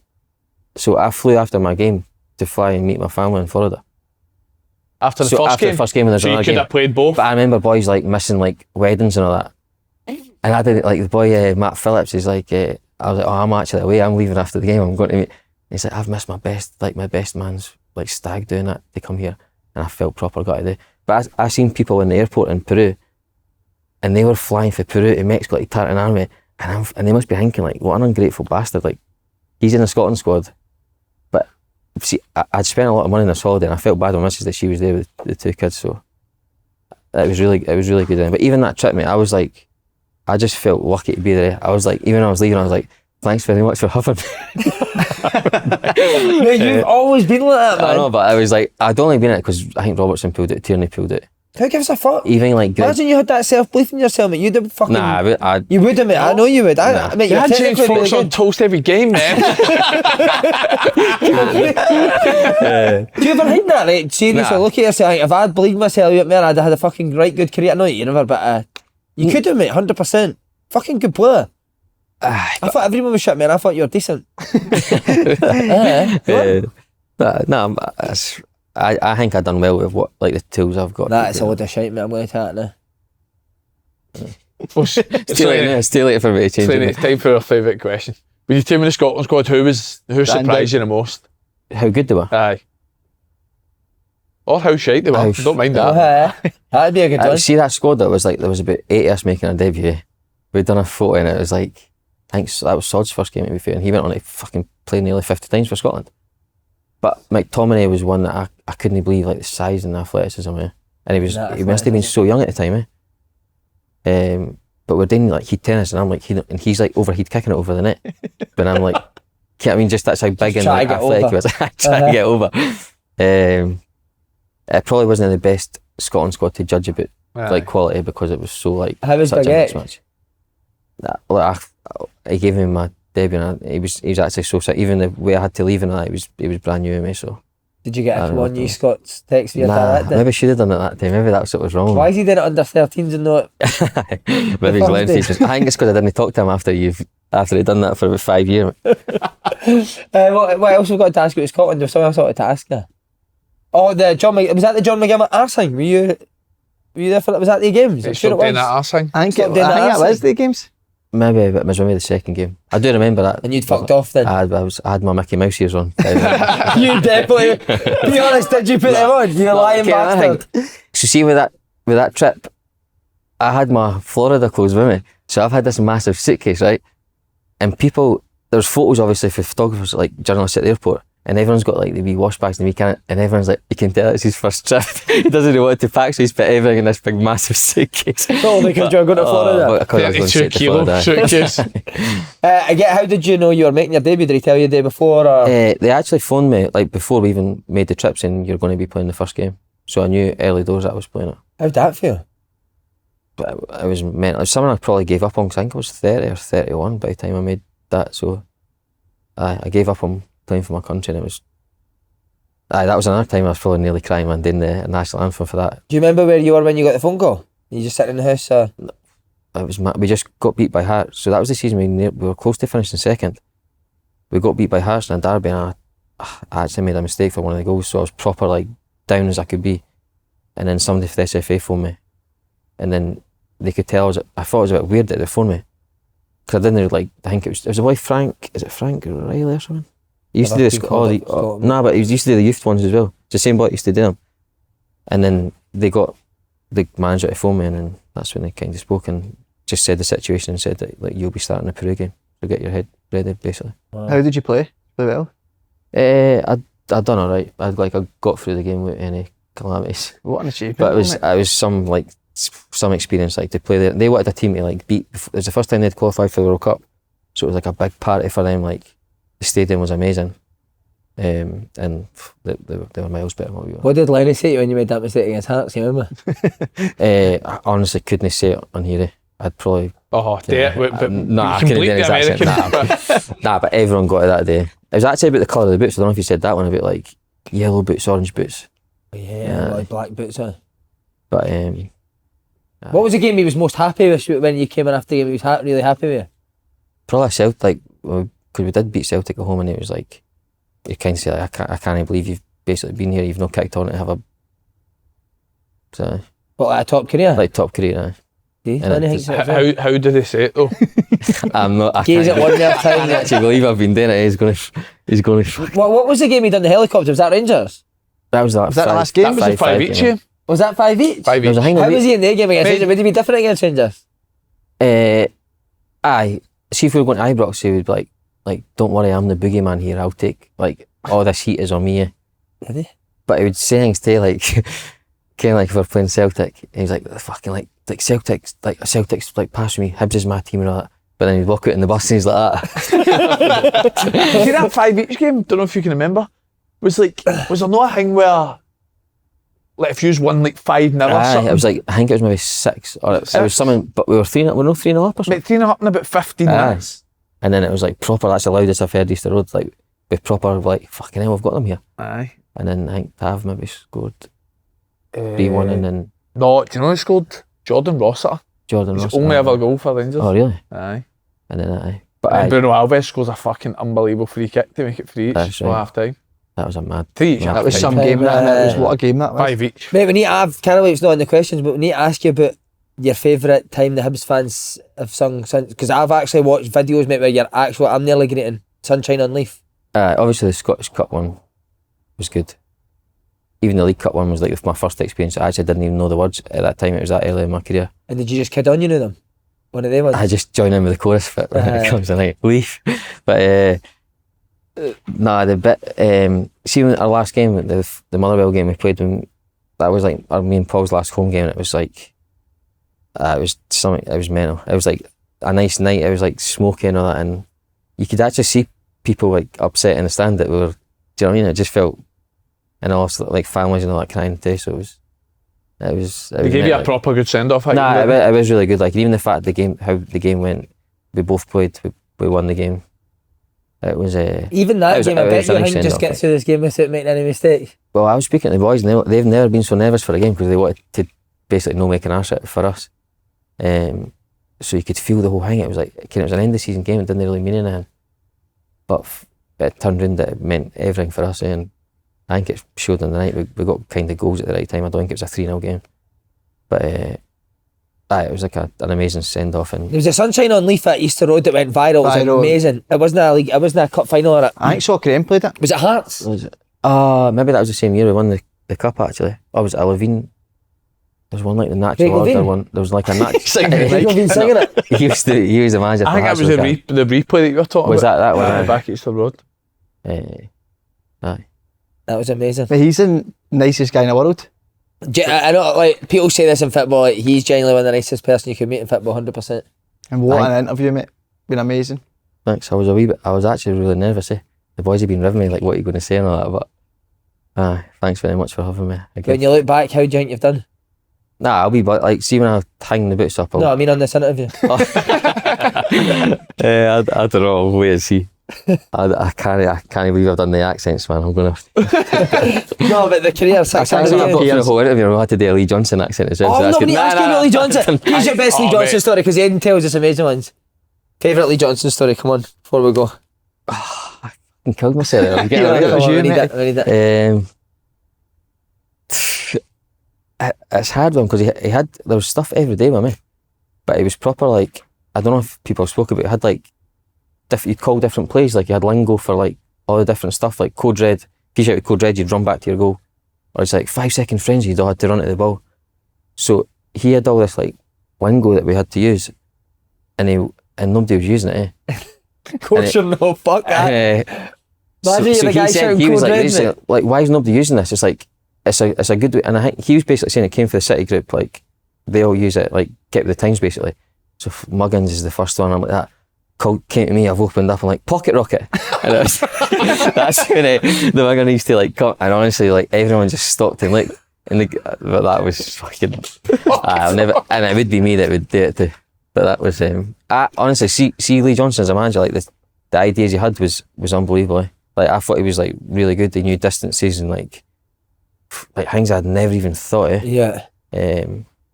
So I was disappointed the way it finished for him, but so much I would learn. Again, what about, I've heard he's good at coming in and caning boys.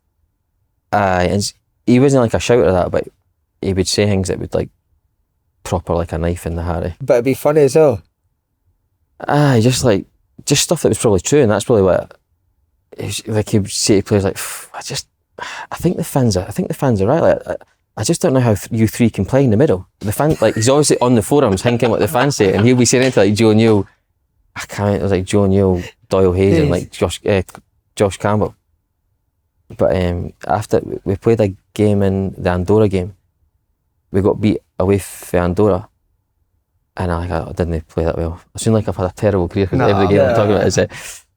And the fans were like going mental, and he's making a beeline for me, and I'm like, what the fuck's he going to say? And I'm like kind of walking off the pitch. He went, Steve out, you play like that for me again, it's the last thing you'll ever do. And I just walked in, and that was it. That was on the pitch after the game. Oh, He was a full David Brent, wasn't he? he was a bit David Brent, wasn't he? That's the thing, like, see if he'd away, like, going about it, like, with the knowledge he had, he was really good, eh? I heard he's a top coach. Like, even like, they done like a solo thing that Man United actually, he was trying to bring that, so basically, United he now? would call it the centre, if the centre mid gets it in like the quarterback position, rolls the ball out his feet, then like everyone makes forward runs, and he was like stuff like that. But it's just the way he was like saying, quarterback, roll your feet, like, and like the boys didn't buy into it, but it's definitely a thing that would work. Like Man City did it, so why could we not try and do it? Yeah. Brilliant. How'd you like back in the Sorry, I'm not even but I heard he said once, you sleep with your bed too much, mate, you look fucked. Did he? He liked that too, but he'd say the opposite, like, you need to get yourself, go and get a bit of spunk about you. Go shag your missus. And it was like, he was comedy gold, like. That's unreal, isn't it? Oh, Stevenson, what a man. That'd be incredible. Great meal. Oh yeah, ask him a hair. Take it away, Slaney. Start our main You're on dessert, death row. The last meal. Last me liver. Neil Lennon's bringing it to you in an American accent.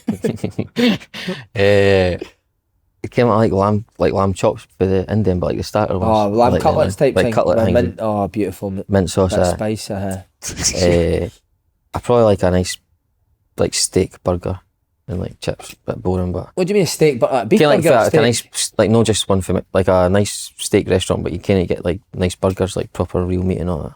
Nice big juicy. Steak baguette or a burger? Nah, like just a burger. Not a bit of steak and a burger, but like A beef burger or a steak burger? I'll have a burger and chips for my main course. And You having cheese on your burger? I like blue cheese on my burger. Oh, nice. I didn't mind that, mate. I'll And go for that. dessert? And then dessert. I like creamy desserts. What, ice cream? No, like a panna cotta or like a panna eating, cotta. like even like eating mess or something, like stuff like that. And then alcoholic drink. One last alcoholic drink.